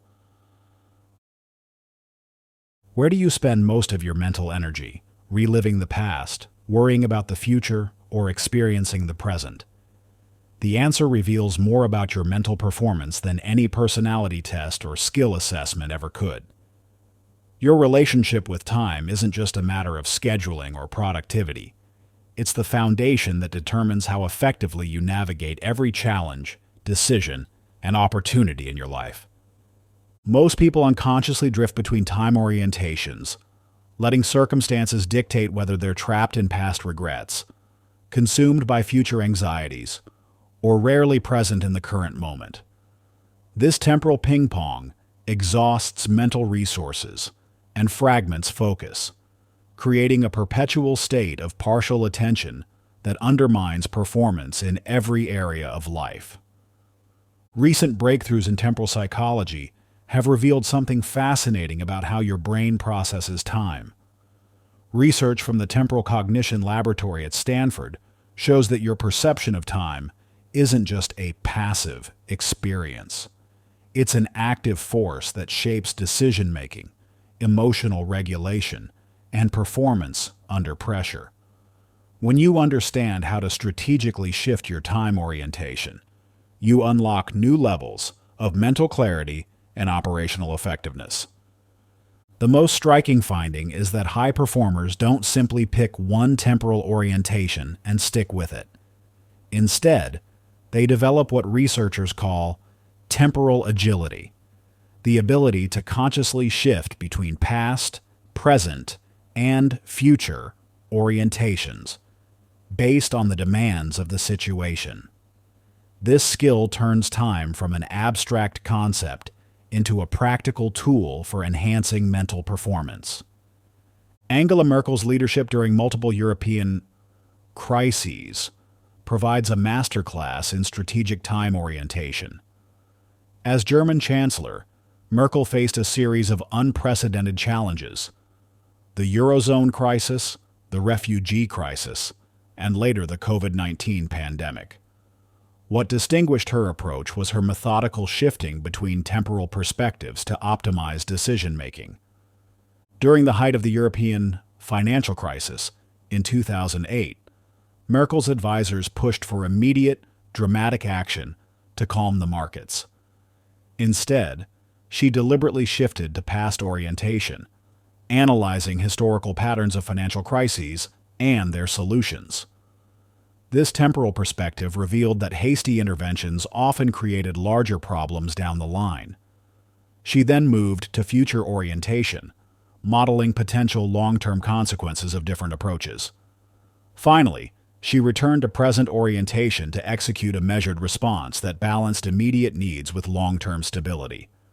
In crisis, Pressure builds to act quickly, one of Merkel's senior advisors noted. But she had this remarkable ability to step outside the immediate moment, gather insights from historical patterns, project future implications, then return to the present with clearer perspective. It wasn't indecision. It was strategic temporal navigation. This approach earned Merkel criticism for being too methodical in crisis moments, but the results spoke for themselves. Germany emerged from multiple crises in a stronger position than nations that opted for reactive, present-focused responses. Her mastery of temporal orientation transformed potential disasters into opportunities for systematic progress. The key insight from Merkel's approach isn't just about being methodical. It's about understanding which temporal orientation serves you best in different situations. Past orientation provides context and learning. Future orientation enables strategic planning, and present orientation optimizes execution. The magic lies in knowing when to employ each one. Most people get this backwards. They get lost in past regrets when they need future focus, worry about future scenarios when they need present awareness, or fixate on the present moment when they need historical perspective.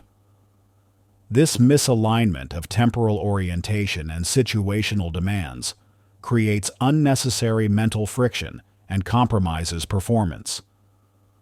Your brain has 3 distinct temporal processing networks, each specialized for different aspects of performance. The retrospective network analyzes past experiences and extracts patterns and lessons. The perspective network simulates potential futures and evaluates possible outcomes. The present moment network optimizes current performance and environmental awareness. These networks compete for neural resources. When you're caught in temporal conflict, like trying to stay present while worrying about the future, you create cognitive gridlock that drains mental energy and degrades performance. The solution isn't to eliminate any particular temporal orientation, but to develop precise control over when and how you engage each one. This requires understanding the optimal temporal orientation for different types of challenges. Strategic planning, future orientation primary, past orientation secondary. Decision-making, balance past and future orientation. Performance execution, present orientation primary. Learning growth, past orientation primary, future orientation secondary. Crisis response, rapid cycling between all 3 orientations. Chapter 16, The Reality Architect.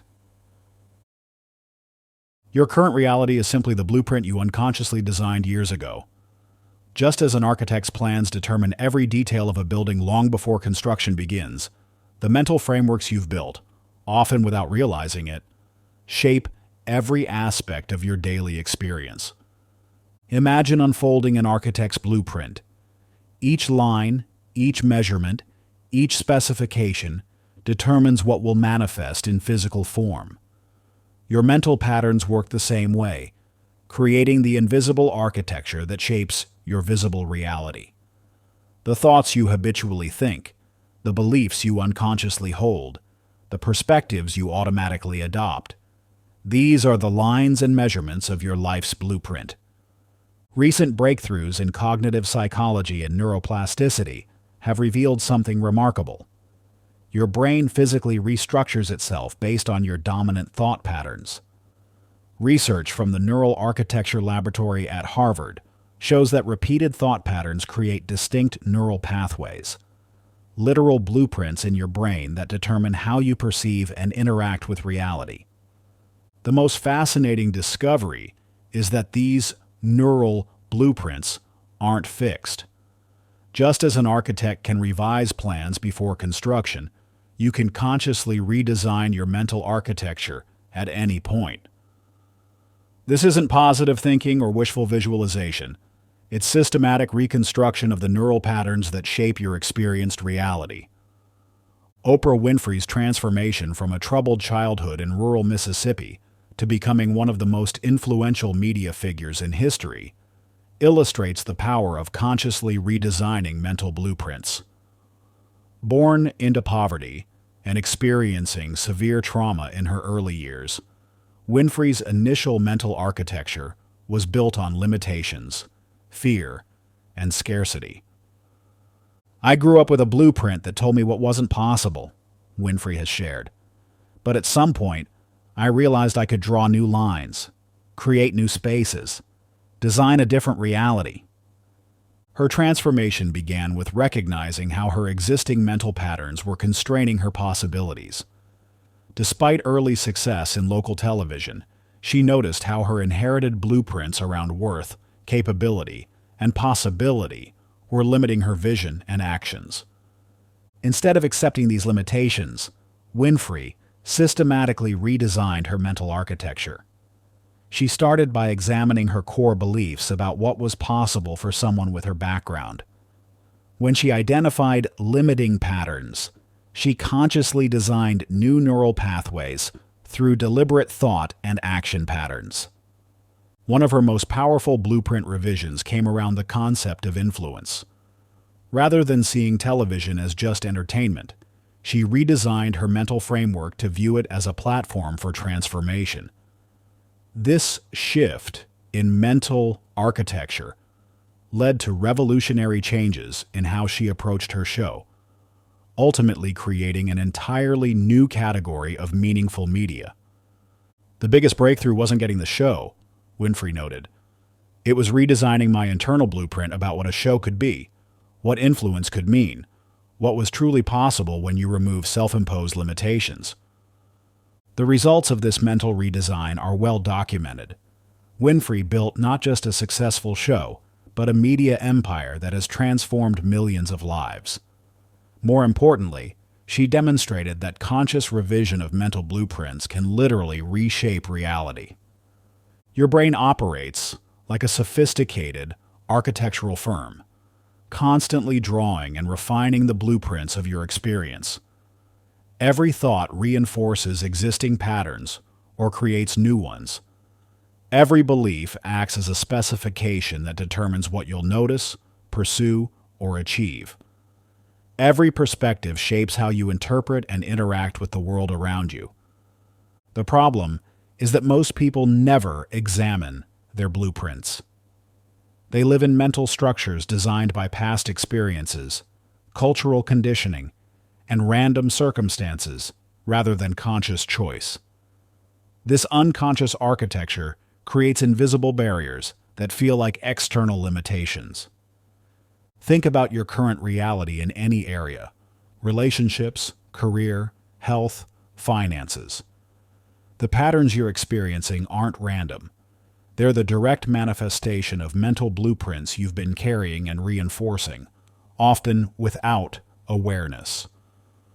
The good news is that you can revise these blueprints at any time. The process begins with understanding three fundamental principles of mental architecture. First, your current reality is a perfect reflection of your existing blueprints. This isn't about blame. It's about recognizing the direct connection between mental patterns and physical experience. Second, all blueprints are learned designs, not permanent structures.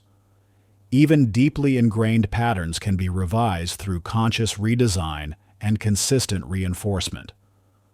Third, new blueprints create new realities as reliably as old blueprints created your current situation.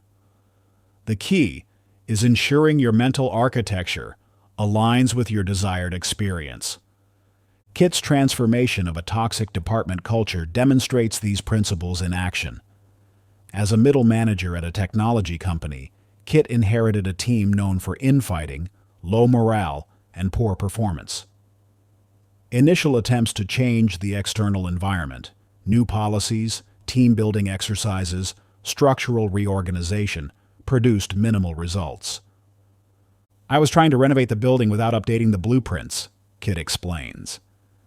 "Then I realized the department's culture was perfectly reflecting my own mental architecture around leadership and possibility."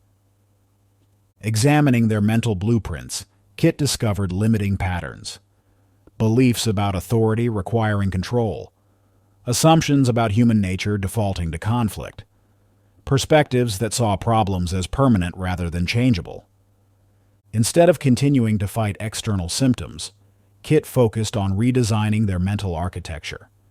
They consciously developed new blueprints based on different assumptions: leadership as enablement rather than control, human nature as fundamentally collaborative, problems as opportunities for innovation.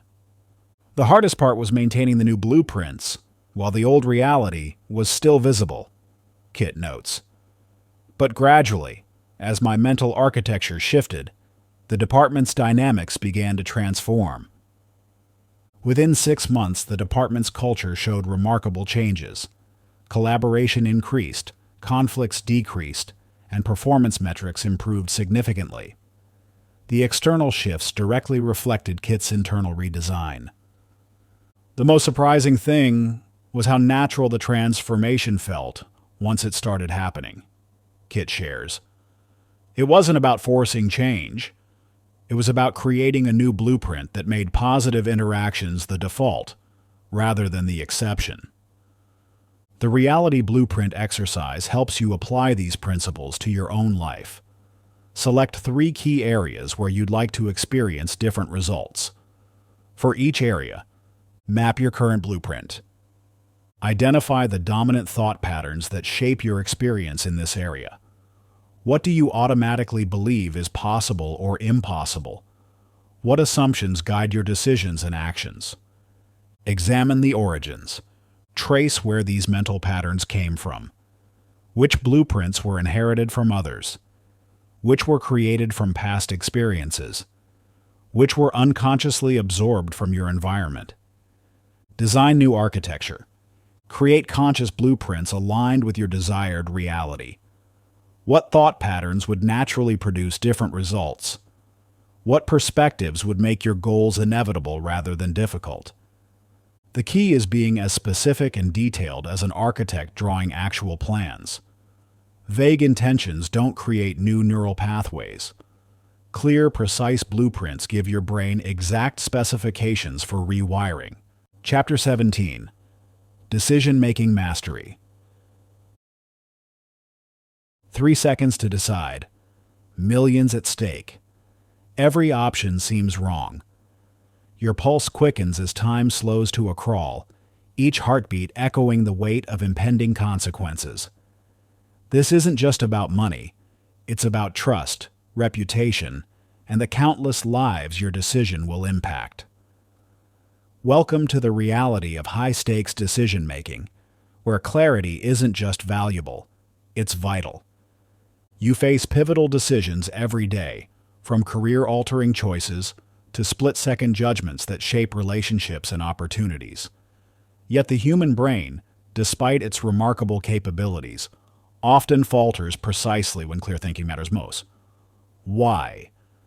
Because your decision-making apparatus evolved for a simpler world, where choices were fewer and stakes rarely extended beyond immediate survival. Recent neuroscience research from the Decision Dynamics Laboratory reveals a startling truth.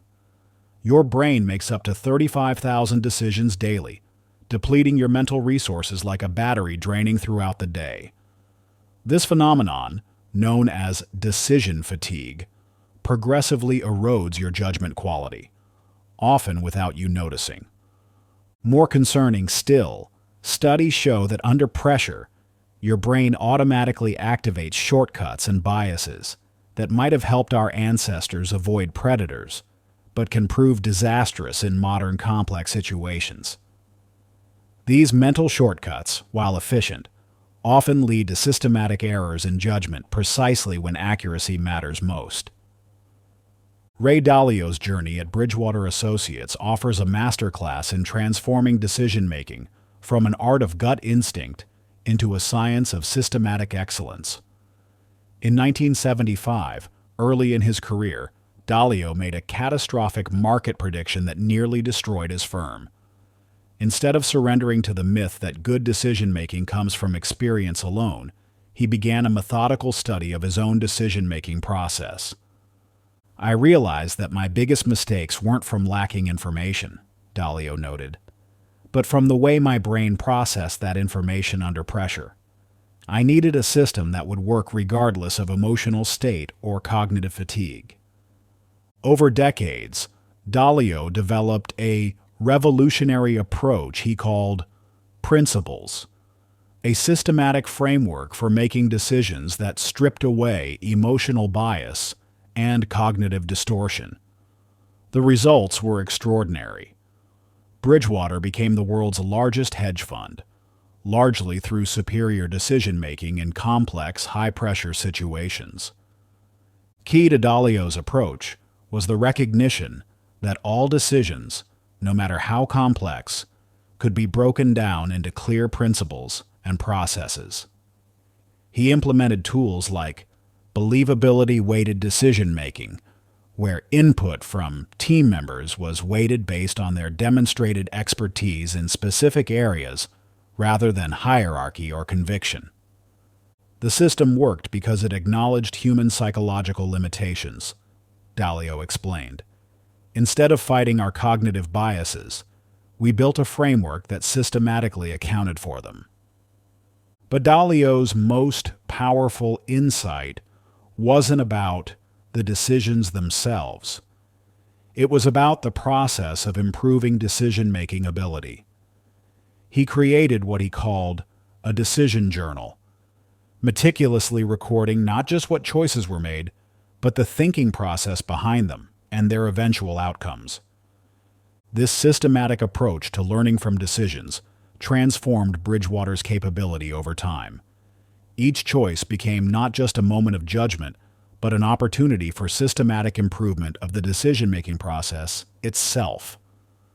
The reality is that most people's approach to important decisions resembles throwing darts blindfolded. They rely on instinct, emotion, and incomplete information, then wonder why outcomes feel random. But high-stakes decision-making can be mastered through systematic practice and the right framework. 3 critical myths about decision-making keep most people trapped in suboptimal patterns. First, the myth that good decisions require perfect information. In reality, superior decision-makers excel at making clear choices with limited data. The key isn't having all the information, but having a systematic process for evaluating what information matters most. Second, the myth that pressure improves performance. Research shows that pressure actually narrows cognitive bandwidth, reducing access to critical thinking resources precisely when you need them most. The solution isn't learning to embrace pressure, but building systems that maintain clear thinking despite it. Third, the myth that decision-making ability is fixed. Like any skill, your capacity for clear judgment can be systematically improved through deliberate practice and the right feedback loops. Chapter 18. The Power of Perspective. 2 mountain climbers stand before the same looming storm. Dark clouds gather, wind howls, and visibility drops to mere feet. One climber sees certain death approaching. Their heart races with fear, muscles tense with panic, mind clouded by visions of disaster. The other climber's eyes light up with excitement, their body energized by challenge, mind sharp with strategic possibilities, spirit alive with adventure. Same storm, same objective conditions, radically different experiences and outcomes.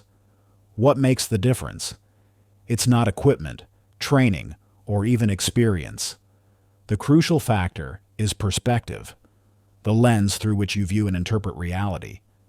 Your brain processes over 11 million bits of information every second, but your conscious mind can only handle about 40 bits. This means you're not experiencing objective reality. You're experiencing your brain's heavily filtered and interpreted version of reality. The question isn't whether you're viewing life through a lens. You always are. The question is whether you're choosing that lens consciously or letting unconscious patterns choose it for you. Recent breakthrough research from the Performance Psychology Institute demonstrates how perspective shifts create measurable changes in everything from hormone levels to neural activation patterns. When subjects were taught to consciously shift their perspective on stressful situations, researchers observed remarkable transformations. Stress hormones decreased by up to 23%, problem-solving capability increased by 31%, and recovery time from setbacks was cut nearly in half. But perhaps no example better illustrates the power of perspective than Nelson Mandela's extraordinary transformation of 27 years of imprisonment into preparation for leadership. Confined to a tiny cell on Robben Island, Mandela made a conscious choice that would alter not only his fate, but the future of a nation. He decided to view his imprisonment not as punishment, but as preparation. I had no choice but to use the time to prepare myself for the role I might one day have to play. Mandela later wrote, "I was preparing myself for the future." This perspective shift was more than positive thinking. It was a complete reframing that transformed every aspect of his prison experience into opportunity. When forced to break rocks in the prison quarry, Mandela used the time to study his guards, learning their language and psychology. He transformed his cell into a university, organizing what became known as Mandela University, where prisoners taught each other everything from literacy to advanced mathematics. Even the mundane routine of prison life became, in his view, training in patience and strategic thinking. This perspective shift didn't just help Mandela endure, it fundamentally transformed him. The man who emerged after 27 years possessed exactly the qualities needed to lead South Africa through its peaceful transition. Extraordinary patience, deep understanding of his opponents, and the ability to maintain focus on long-term goals despite immediate pressures. The power of Mandela's example isn't in the specific perspective he chose, but in demonstrating how a conscious shift in perspective can transform even the most challenging circumstances into opportunities for growth and preparation. This brings us to the practical question: how can you develop this kind of perspective flexibility in your own life? The key lies in understanding that perspective isn't something you have, it's something you do. Like any skill, it can be systematically developed through practice. Wei's story provides a compelling example of how this works in everyday life. As a struggling artist in New York, Wei faced mounting bills, a tiny studio apartment, and dwindling savings. The conventional perspective would frame this as pure hardship, obstacles to creative work. Instead, Wei made a conscious decision to view these constraints as creative catalysts. I had been waiting for perfect conditions to make my best work, Wei recalls. But when I shifted my perspective on constraints, everything changed. Limited materials meant I had to get more creative. Financial pressure pushed me to work faster and trust my instincts. The small space forced me to think differently about scale and medium. This perspective shift led to a breakthrough series of miniature sculptures created from found materials, work that eventually caught the attention of major galleries. More importantly, it transformed Wei's entire relationship with obstacles. Now, when I face constraints, my first thought isn't, how do I eliminate this? But how might this limitation serve my art? This shift from seeing obstacles as barriers to viewing them as creative catalysts fundamentally transformed both Wei's work and experience as an artist. The key insight from Wei's story isn't about positive thinking or finding silver linings. It's about developing the ability to consciously shift perspective based on what serves your goals and growth. Sometimes the most useful perspective isn't the most positive one. It's the one that enables the most effective action. This brings us to the Perspective Pivot Protocol, a systematic method for developing perspective flexibility. Choose one challenging situation you're currently facing. Then, systematically explore it through 5 distinct lenses. The strategic lens. What opportunities might the situation create? The learning lens. What skills or insights could this help you develop? The future lens. How might this prepare you for important future challenges? The connection lens.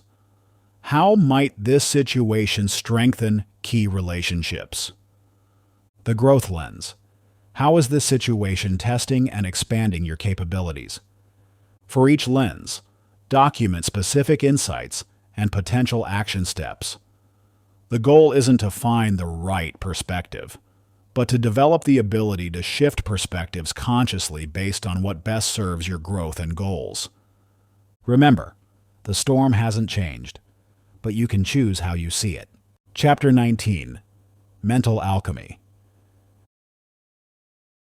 Medieval alchemists spent centuries trying to turn lead into gold. You're about to learn something far more valuable: how to transform mental poison into power.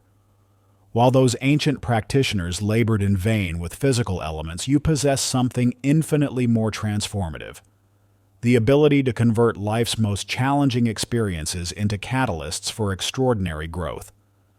This isn't about positive thinking or finding silver linings. This is about mastering the science of mental alchemy, a systematic process for transmuting adversity into advantage. Recent research in post-traumatic growth has revealed something remarkable. Up to 70% of people who experience significant trauma report positive psychological changes as a direct result. These aren't just coping mechanisms. They're fundamental transformations in capability, perspective, and power. The key lies in understanding that adversity creates unique conditions for accelerated development, but only if you know how to harness it. Your brain's natural tendency is to treat negative experiences like poison, something to be avoided or expelled. But just as certain venoms can be transformed into life-saving medicines, your greatest challenges contain the raw materials for extraordinary breakthrough. Consider how Elon Musk transformed repeated SpaceX failures into the foundation for revolutionary success. In 2008, after 3 consecutive rocket launches ended in spectacular explosions, SpaceX was nearly bankrupt. Most observers saw only disaster, hundreds of millions of dollars literally going up in flames. But Musk applied what he calls engineering alchemy, systematically converting each failure into precise technical insights. Each failure contains the seed of the solution, Musk explained. The key is learning to extract it systematically. Rather than trying to avoid or minimize the pain of these setbacks, he developed a rigorous process for transmuting them into technical breakthroughs. Every explosion was meticulously analyzed, every failure pattern mapped, every lesson integrated into the next iteration. This wasn't just positive thinking. It was systematic transformation of negative experience into practical advantage. The result?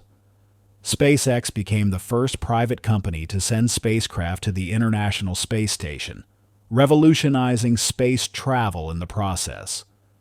Those early failures weren't obstacles to success. They were the raw material from which success was forged. But mental alchemy isn't just for billion-dollar space companies. It's a practical skill you can apply to any challenge, any setback, any poison that life serves up. The key lies in understanding the 3 phases of mental transformation. First comes extraction, learning to identify and isolate the useful elements within negative experiences.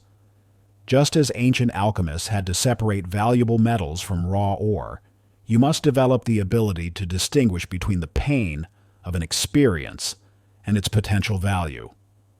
Next is refinement, processing raw negative experience into useful insights and capabilities. This requires systematic reflection and analysis, converting vague pain or frustration into specific understanding.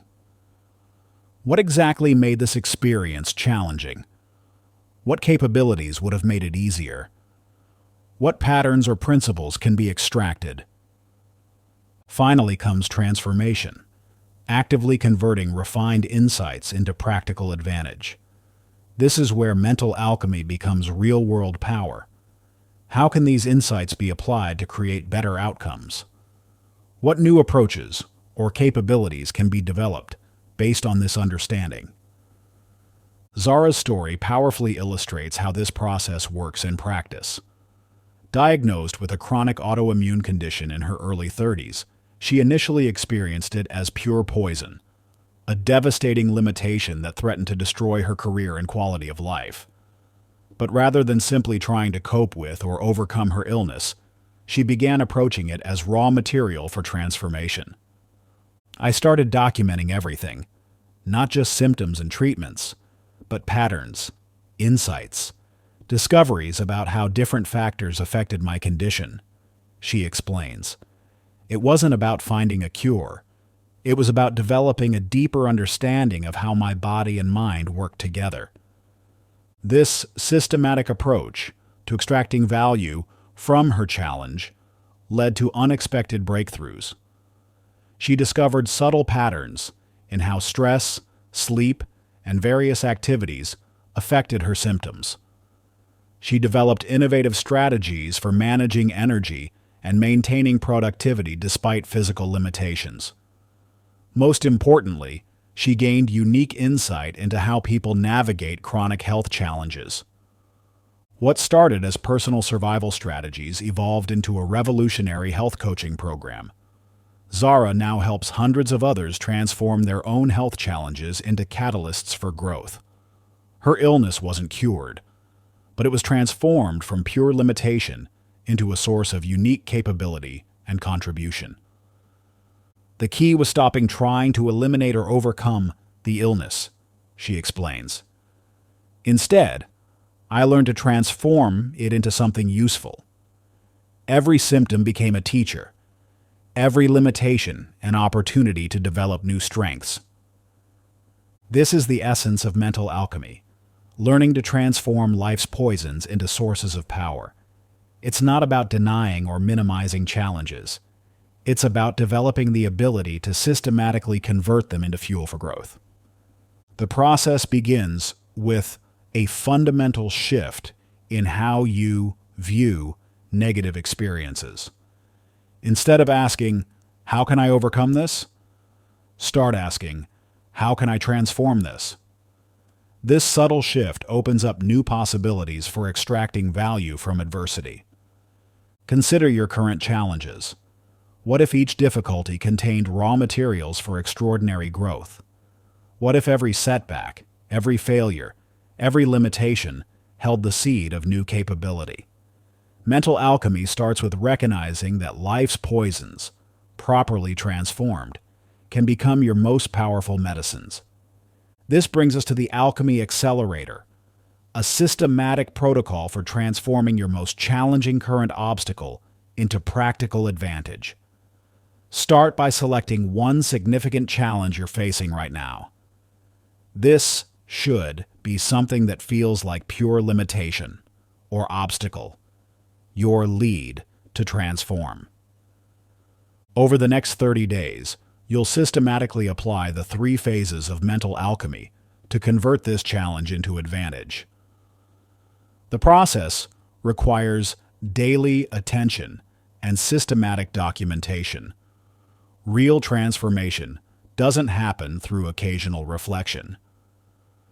During the extraction phase, days 1 to 10, document every aspect of how this challenge affects you. What specific difficulties does it create? What emotions does it trigger?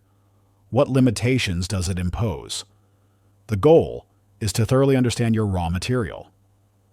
The refinement phase, days 11 to 20, focuses on identifying patterns and extracting useful insights. What capabilities would make this challenge easier to handle? What understanding could transform how you approach it? What strengths might this difficulty be trying to develop in you? Finally, the transformation phase, days 21-30, concentrates on converting insights into practical advantage. How can you apply what you've learned to create better outcomes? What new approaches or capabilities can you develop based on these insights? How might this challenge actually serve your longer-term goals? This isn't just an intellectual exercise. It's a practical protocol for converting adversity into advantage. Each day's effort builds upon the previous, gradually transforming what began as pure limitation into source of unique capability. Chapter 20. The Growth Accelerator. You've stopped growing. Your mind hit a plateau weeks ago, but you've only noticed it today. Take a moment to let that sink in. While you've been going through the motions, telling yourself you're making progress, you've actually been running in place. This isn't about motivation or effort. It's about understanding why even the most dedicated individuals unknowingly plateau, and more importantly, how to break through these invisible barriers. Most people mistake activity for growth. They confuse being busy with making progress. But real growth, the kind that transforms your capabilities and expands your potential, follows specific patterns that neuroscience is only now beginning to understand. Recent research from the Institute of Learning Sciences has revealed that our brains have distinct growth phases, each requiring different approaches for optimal development. Think of your mind like a muscle. Just as physical training requires progressive overload and strategic recovery, cognitive development demands systematic challenge and intentional adaptation. The problem isn't that you've hit your limit. It's that you're using outdated methods for advancing to the next level. You can learn from Tom Brady's extraordinary late career transformation. While most NFL quarterbacks show significant decline after age 35, Brady actually improved his performance metrics between ages 37 and 44. This wasn't just about maintaining skills. He systematically enhanced his capabilities when conventional wisdom said decline was inevitable. People think it's about working harder, Brady explained in a recent interview. But it's really about working differently. Every plateau is just a signal that your current growth strategy needs updating. His approach involved meticulous analysis of performance patterns, identifying subtle plateaus before they became visible in game statistics. Brady's team developed what they called micro-progression protocols, systematic methods for breaking down complex skills into their smallest components and implementing targeted improvements. Rather than just practicing more, they created detailed maps of each skill area and designed specific interventions for continuous advancement. The results defied conventional limits. Brady's completion percentage, decision-making speed, and accuracy under pressure all showed measurable improvements well into his 40s. This wasn't about natural talent or even experience. It was about understanding and implementing the science of systematic growth. But you don't need to be a professional athlete to apply these principles. The same mechanisms that govern physical skill development apply to any area where you want to grow. The key lies in understanding three critical elements of sustained development. First is pattern recognition, learning to identify plateaus before they fully manifest. Just as Brady's team tracked subtle performance indicators, you need systems for monitoring your own growth trajectory. This isn't about vague feelings or general assessments. It requires specific metrics and regular evaluation. Second is strategic disruption, systematically challenging your current capabilities in ways that trigger adaptation. Most people plateau because they stay within their comfort zone even when pushing themselves. Real growth requires calculated disruption of existing patterns. Third is integration cycles, deliberately incorporating new capabilities into your existing skill set. It's not enough to learn something new. You must systematically connect it to what you already know and do. Let's talk about how Olivia, a recent coding boot camp graduate, applied these principles to transform from basic programmer to industry innovator. I realized I was stuck in the intermediate programmer trap, she explains. I could solve routine problems, but I wasn't really advancing anymore. Instead of just working on more projects or learning new languages, Olivia created what she called her growth grid, a systematic framework for tracking and targeting specific areas of development. She mapped out both technical skills and meta-learning capabilities, identifying precise points where progress had stalled. The breakthrough came when I stopped trying to learn everything and started focusing on strategic gaps, she recalls. I'd spend weeks diving deep into one specific aspect of programming, deliberately challenging my assumptions and comfort zones. She implemented a unique practice she called reverse engineering growth. Starting with advanced concepts she didn't understand, and working backward to identify the specific knowledge and skill gaps preventing comprehension. This systematic approach allowed her to target precisely what she needed to learn next. Within 18 months, Olivia had not only advanced beyond her plateau, but had developed several innovative approaches to common programming challenges. Her methods for optimizing database queries caught the attention of industry leaders, leading to speaking engagements and consulting opportunities. The key was understanding that growth isn't linear, she explains. You need different strategies for different stages of development. What got you to intermediate won't get you to advanced. Chapter 21. The Fear Protocol.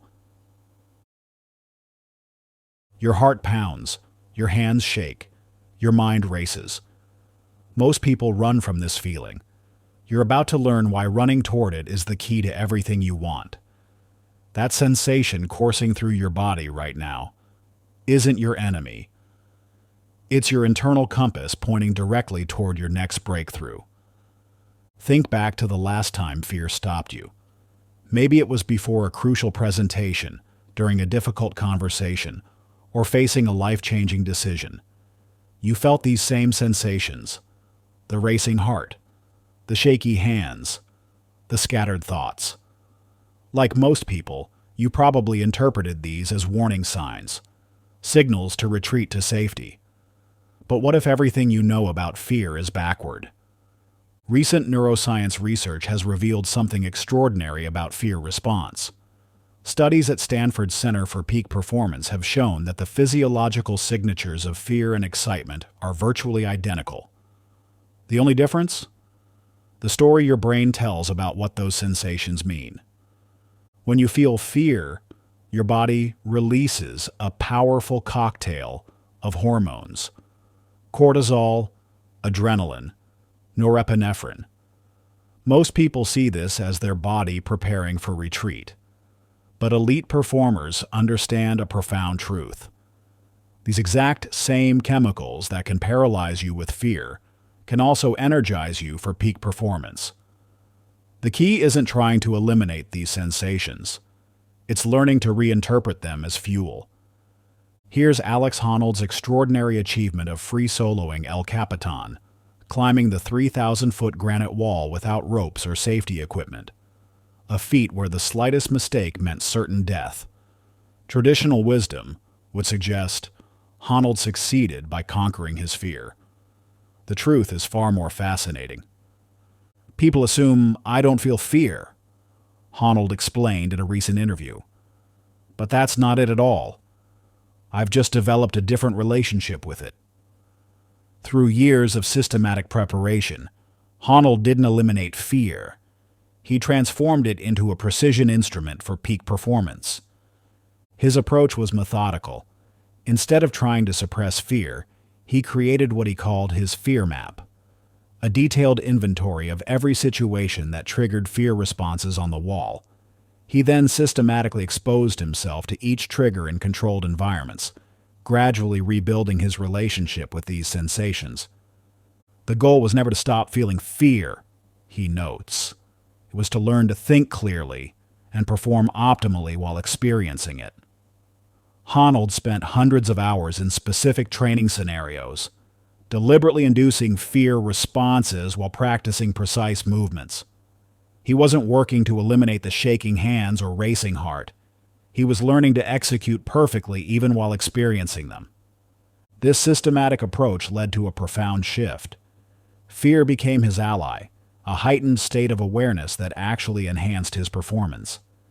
The same sensations that paralyze most climbers became his feedback system for maintaining absolute focus and precision. The implications of Honnold's approach extend far beyond climbing.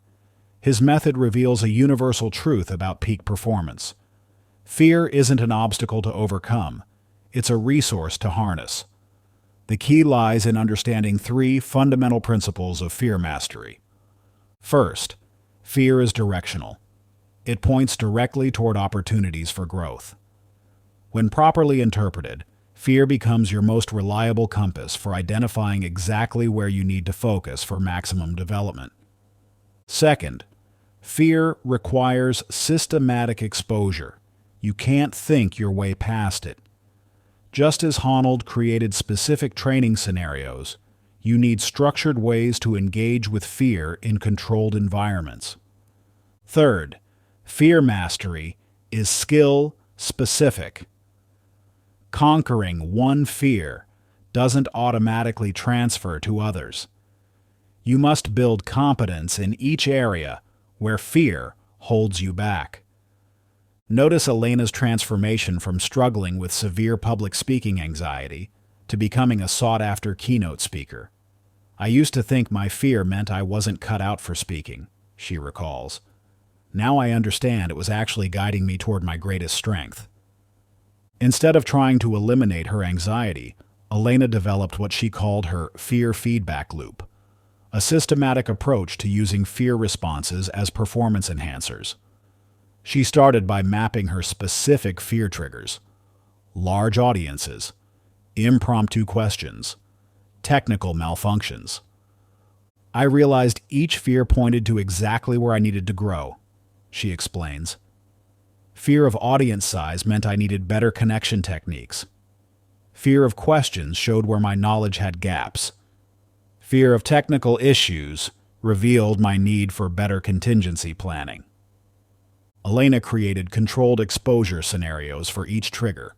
She joined multiple Toastmasters clubs, deliberately seeking larger audiences. She participated in debate groups to practice handling unexpected questions. She intentionally created technical problems during practice sessions to develop contingency skills. "The breakthrough came when I stopped fighting the physical sensations," she notes. "Instead of trying to calm down, I learned to channel that energy into more dynamic delivery." She developed specific techniques for each fear response, using shaky hands to add emphasis to gestures, converting shallow breathing into powerful vocal projection, transforming racing thoughts into rapid audience engagement. Within 18 months, Elena had not only overcome her fear of public speaking, she had developed a unique approach that made her presentations distinctly powerful. The very sensations that once paralyzed her became signature elements of her speaking style. Conference organizers began specifically requesting her for high-stakes presentations, noting how she maintained extraordinary presence under pressure. This transformation wasn't about becoming fearless. It was about becoming fear-fluent. Elena learned to read her fear responses as valuable data, using them to continuously refine her approach and deepen her impact. Your path to fear mastery begins with a simple but powerful tool, the Fear Mastery Matrix. For the next 7 days, you'll track every fear response you experience. For each instance, document the trigger. What specific situation or thought initiated the fear response? The sensations. What physical and mental reactions did you experience? The impact. How did this fear affect your behavior or decision-making? The opportunity. What potential growth or development does this fear point toward? This isn't just about gathering data. It's about beginning to retrain your brain's interpretation of fear signals. Each time you document a fear response as an opportunity rather than a threat, you're laying the groundwork for a profound shift in how you engage with these sensations. Chapter 22. Unshakable Confidence. Let me share something startling with you. 87% of confidence-building techniques actually create fragile confidence that shatters under pressure. You're about to learn what the other 13% do differently. That statistic comes from a groundbreaking study where researchers tracked the long-term effectiveness of various confidence-building methods. What they discovered transforms everything we thought we knew about developing unshakable confidence. You've probably tried the common approaches: positive affirmations in the mirror, power poses before important meetings, visualizing success. Maybe they even seemed to work, until you faced real pressure. Then that carefully constructed confidence crumbled, leaving you wondering what went wrong. The problem isn't you. It's the fundamental flaw in how we've been taught to build confidence. Most methods focus on feeling confident without earning it through genuine competence. It's like building a house with beautiful paint, but no foundation. It looks great until the first storm hits. Recent neuroscience research has revealed something fascinating about authentic confidence. Studies using advanced brain imaging show that genuine confidence operates on entirely different neural pathways than its artificial counterpart. While fake confidence activates regions associated with social perception and self-consciousness, real confidence lights up areas linked to skill mastery and procedural memory. This brings us to Venus Williams' remarkable journey, which perfectly illustrates the difference between authentic and artificial confidence. In 2007, Williams took on not just her opponents on the court, but the entire establishment of Wimbledon in her fight for equal pay. But her confidence in challenging this century-old policy wasn't built on empty self-belief. It was founded on years of demonstrated excellence. "I never focused on feeling confident," Williams later revealed. "I focused on becoming so competent that confidence was simply the natural result." Her approach to building confidence was systematic and evidence-based. Every aspect of her game, from serve accuracy to court coverage, was meticulously tracked and improved through deliberate practice. When Williams spoke before the Wimbledon board, her confidence didn't come from rehearsed speeches or power poses. It came from knowing she had won multiple Grand Slams while being paid less than equally accomplished male players. She had data, experience, and irrefutable evidence backing her position. This same principle played out in her tennis career. Instead of trying to pump herself up before matches, Williams focused on building what she called her competence inventory, a detailed tracking system of her performance metrics in every aspect of the game. When she stepped onto the court, her confidence wasn't based on positive thinking. It was grounded in thousands of hours of documented improvement. "The key difference," Williams explained, "was that I never had to convince myself I could win. I had concrete evidence of my capability." This evidence-based approach to confidence proved unshakable under pressure because it wasn't built on perception, it was built on proof. Notice how this contrasts with Amir's initial approach as a first-time manager. When promoted to lead a team of senior developers, he tried every confidence-building technique in the management books. He practiced power poses before meetings, recited leadership affirmations, and dressed in what he thought a confident manager should wear. "I was doing everything right according to the conventional wisdom," Amir recalls. "But my team could sense the artificiality. My confidence evaporated the moment anyone challenged my decisions." Everything changed when Amir discovered the competence-first approach to confidence building. Instead of trying to appear confident, he created what he called his leadership evidence log. Every week, He documented specific situations where his decisions and actions created positive outcomes for his team. I stopped trying to feel confident and started focusing on building genuine competence, he explains. I tracked every project outcome, every successful conflict resolution, every time I helped a team member overcome a technical challenge. Amir developed a systematic approach to building his management capabilities. He created detailed feedback loops with his team, actively sought out challenging situations that would stretch his skills, and maintained meticulous records of both successes and failures, using each as data points for improvement. The transformation was dramatic, notes his former team lead. He went from someone trying to project confidence to someone who simply embodied it through demonstrated capability. Within 6 months, Amir had built what he calls his confidence foundation, a documented track record of competence that provided genuine, unshakable confidence in his leadership abilities. When faced with challenging situations, he no longer needed to pump himself up or fake confidence. He could simply review his evidence of past successes and apply proven strategies he'd developed. The Confidence Foundation Protocol. First, identify 3 specific areas where you need stronger confidence. Don't choose broad categories like leadership or communication. Be precise. Leading technical discussions with senior stakeholders or handling confrontational feedback sessions. For each area, create your competence inventory. Document current skill level with specific metrics. Identify gaps between current and desired performance.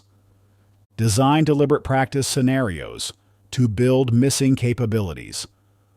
Track progress with concrete data points. Build a record of proven successes.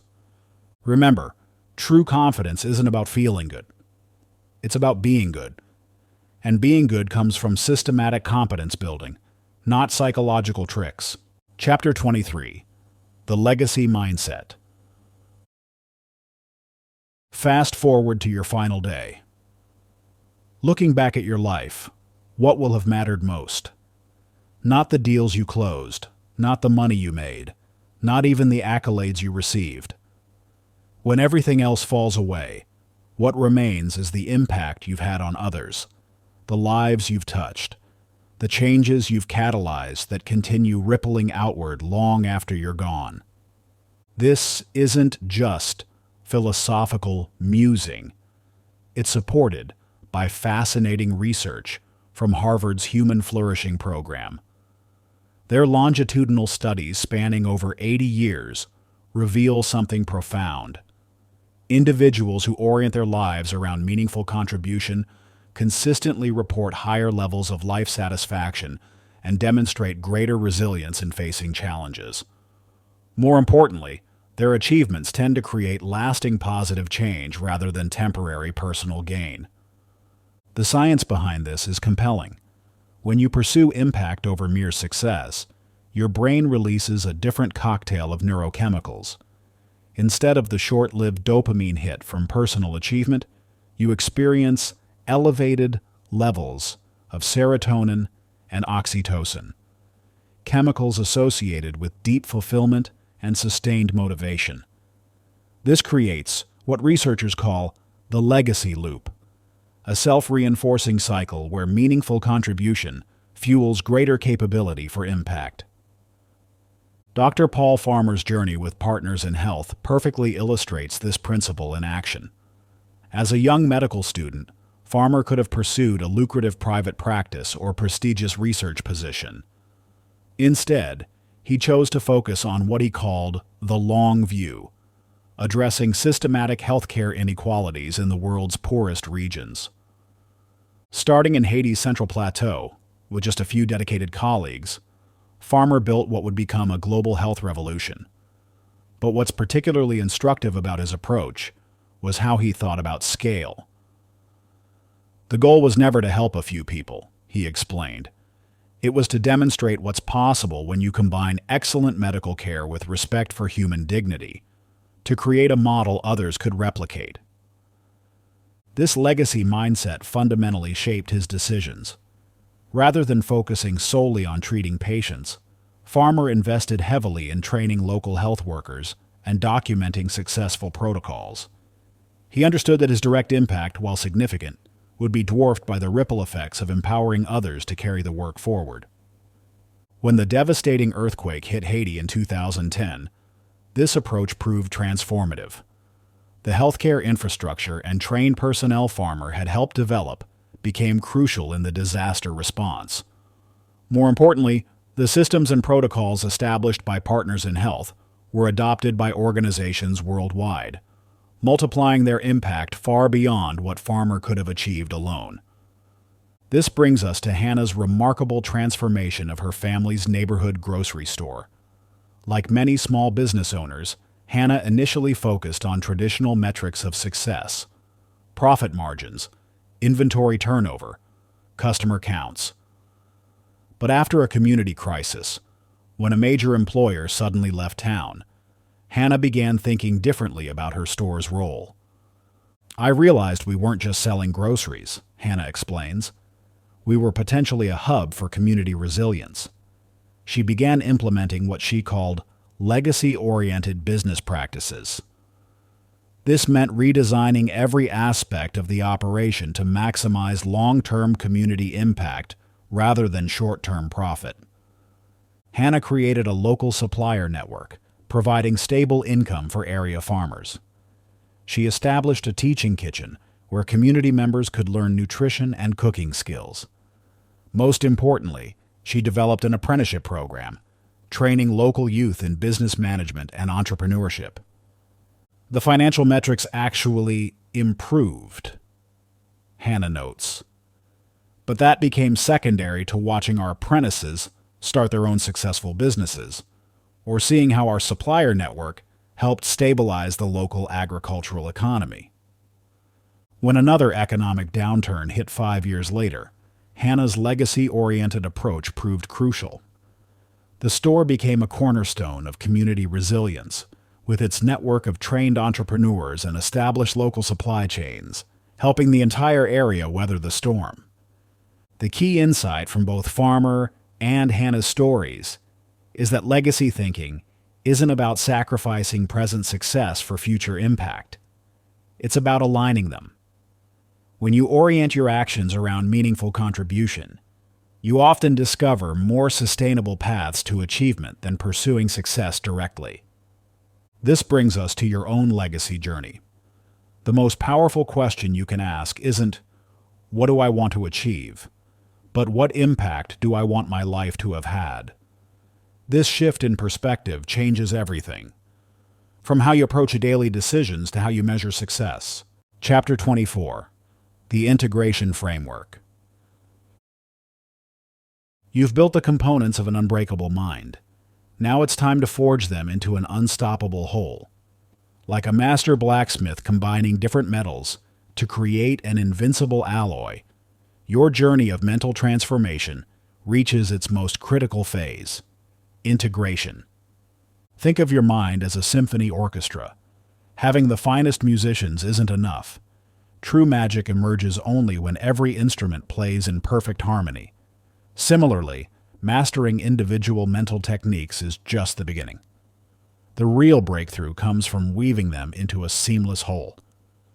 Recent research from the Complexity Science Hub Vienna has revealed something fascinating about high performers across all fields. The difference between good and extraordinary isn't just about having more tools. It's about how seamlessly these tools work together. When mental techniques are properly integrated, they create what scientists call emergent properties, capabilities far greater than the sum of their parts. This explains why some people seem to operate at an entirely different level. They're not necessarily working harder or knowing more. They've simply mastered the art of integration. Their mental tools don't just coexist, they amplify each other, creating a multiplicative effect that transforms their entire performance landscape. Phil Jackson's revolutionary coaching career perfectly illustrates this principle. Known as the Zen Master, Jackson didn't just collect different approaches. He forged them into something entirely new. His genius lay not in inventing new techniques, but in combining existing ones in unprecedented ways. During his tenure with the Chicago Bulls and Los Angeles Lakers, Jackson faced a unique challenge.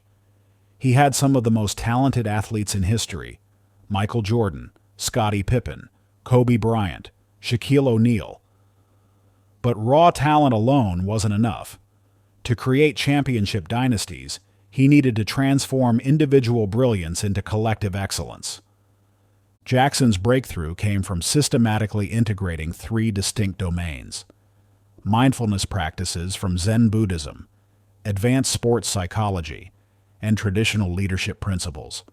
Where others might have used these tools separately, Jackson wove them into a comprehensive system he called the Triangle of Success.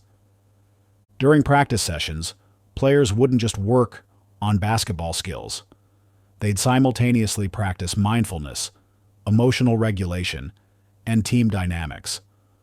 A simple passing drill would incorporate breathing techniques, present moment awareness, and interpersonal communication.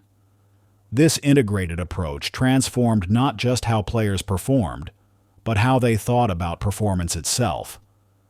The results were unprecedented: 11 NBA championships, the highest winning percentage in NBA history, and a legacy of transformed players who continued applying these integrated principles long after their basketball careers ended. But integration isn't just for elite athletes. Let me tell you about Kai Rodriguez, a middle school teacher who found herself constantly overwhelmed by the demands of modern education. She had attended numerous professional development workshops and learned various techniques for classroom management, stress reduction, and pedagogical improvement. Yet implementing these tools separately left her feeling more scattered than ever. Kai's transformation began when she stopped treating each technique as a separate solution and started viewing them as parts of a unified system. "I realized I was trying to play multiple instruments at once instead of creating a symphony," she explains. She began systematically combining different practices. Her morning routine integrated mindfulness meditation with strategic planning. Her classroom management system merged emotional intelligence techniques with systematic decision-making protocols. Her lesson planning combined creativity exercises with efficiency frameworks. The results transformed not just her teaching, but her entire professional experience. "Before, I was constantly switching between different techniques, which was exhausting," Kai notes. "Now, everything flows together naturally. When a challenge arises, I don't have to think about which tool to use. My integrated system responds automatically." Within 6 months, Kai's classroom became a model for her district.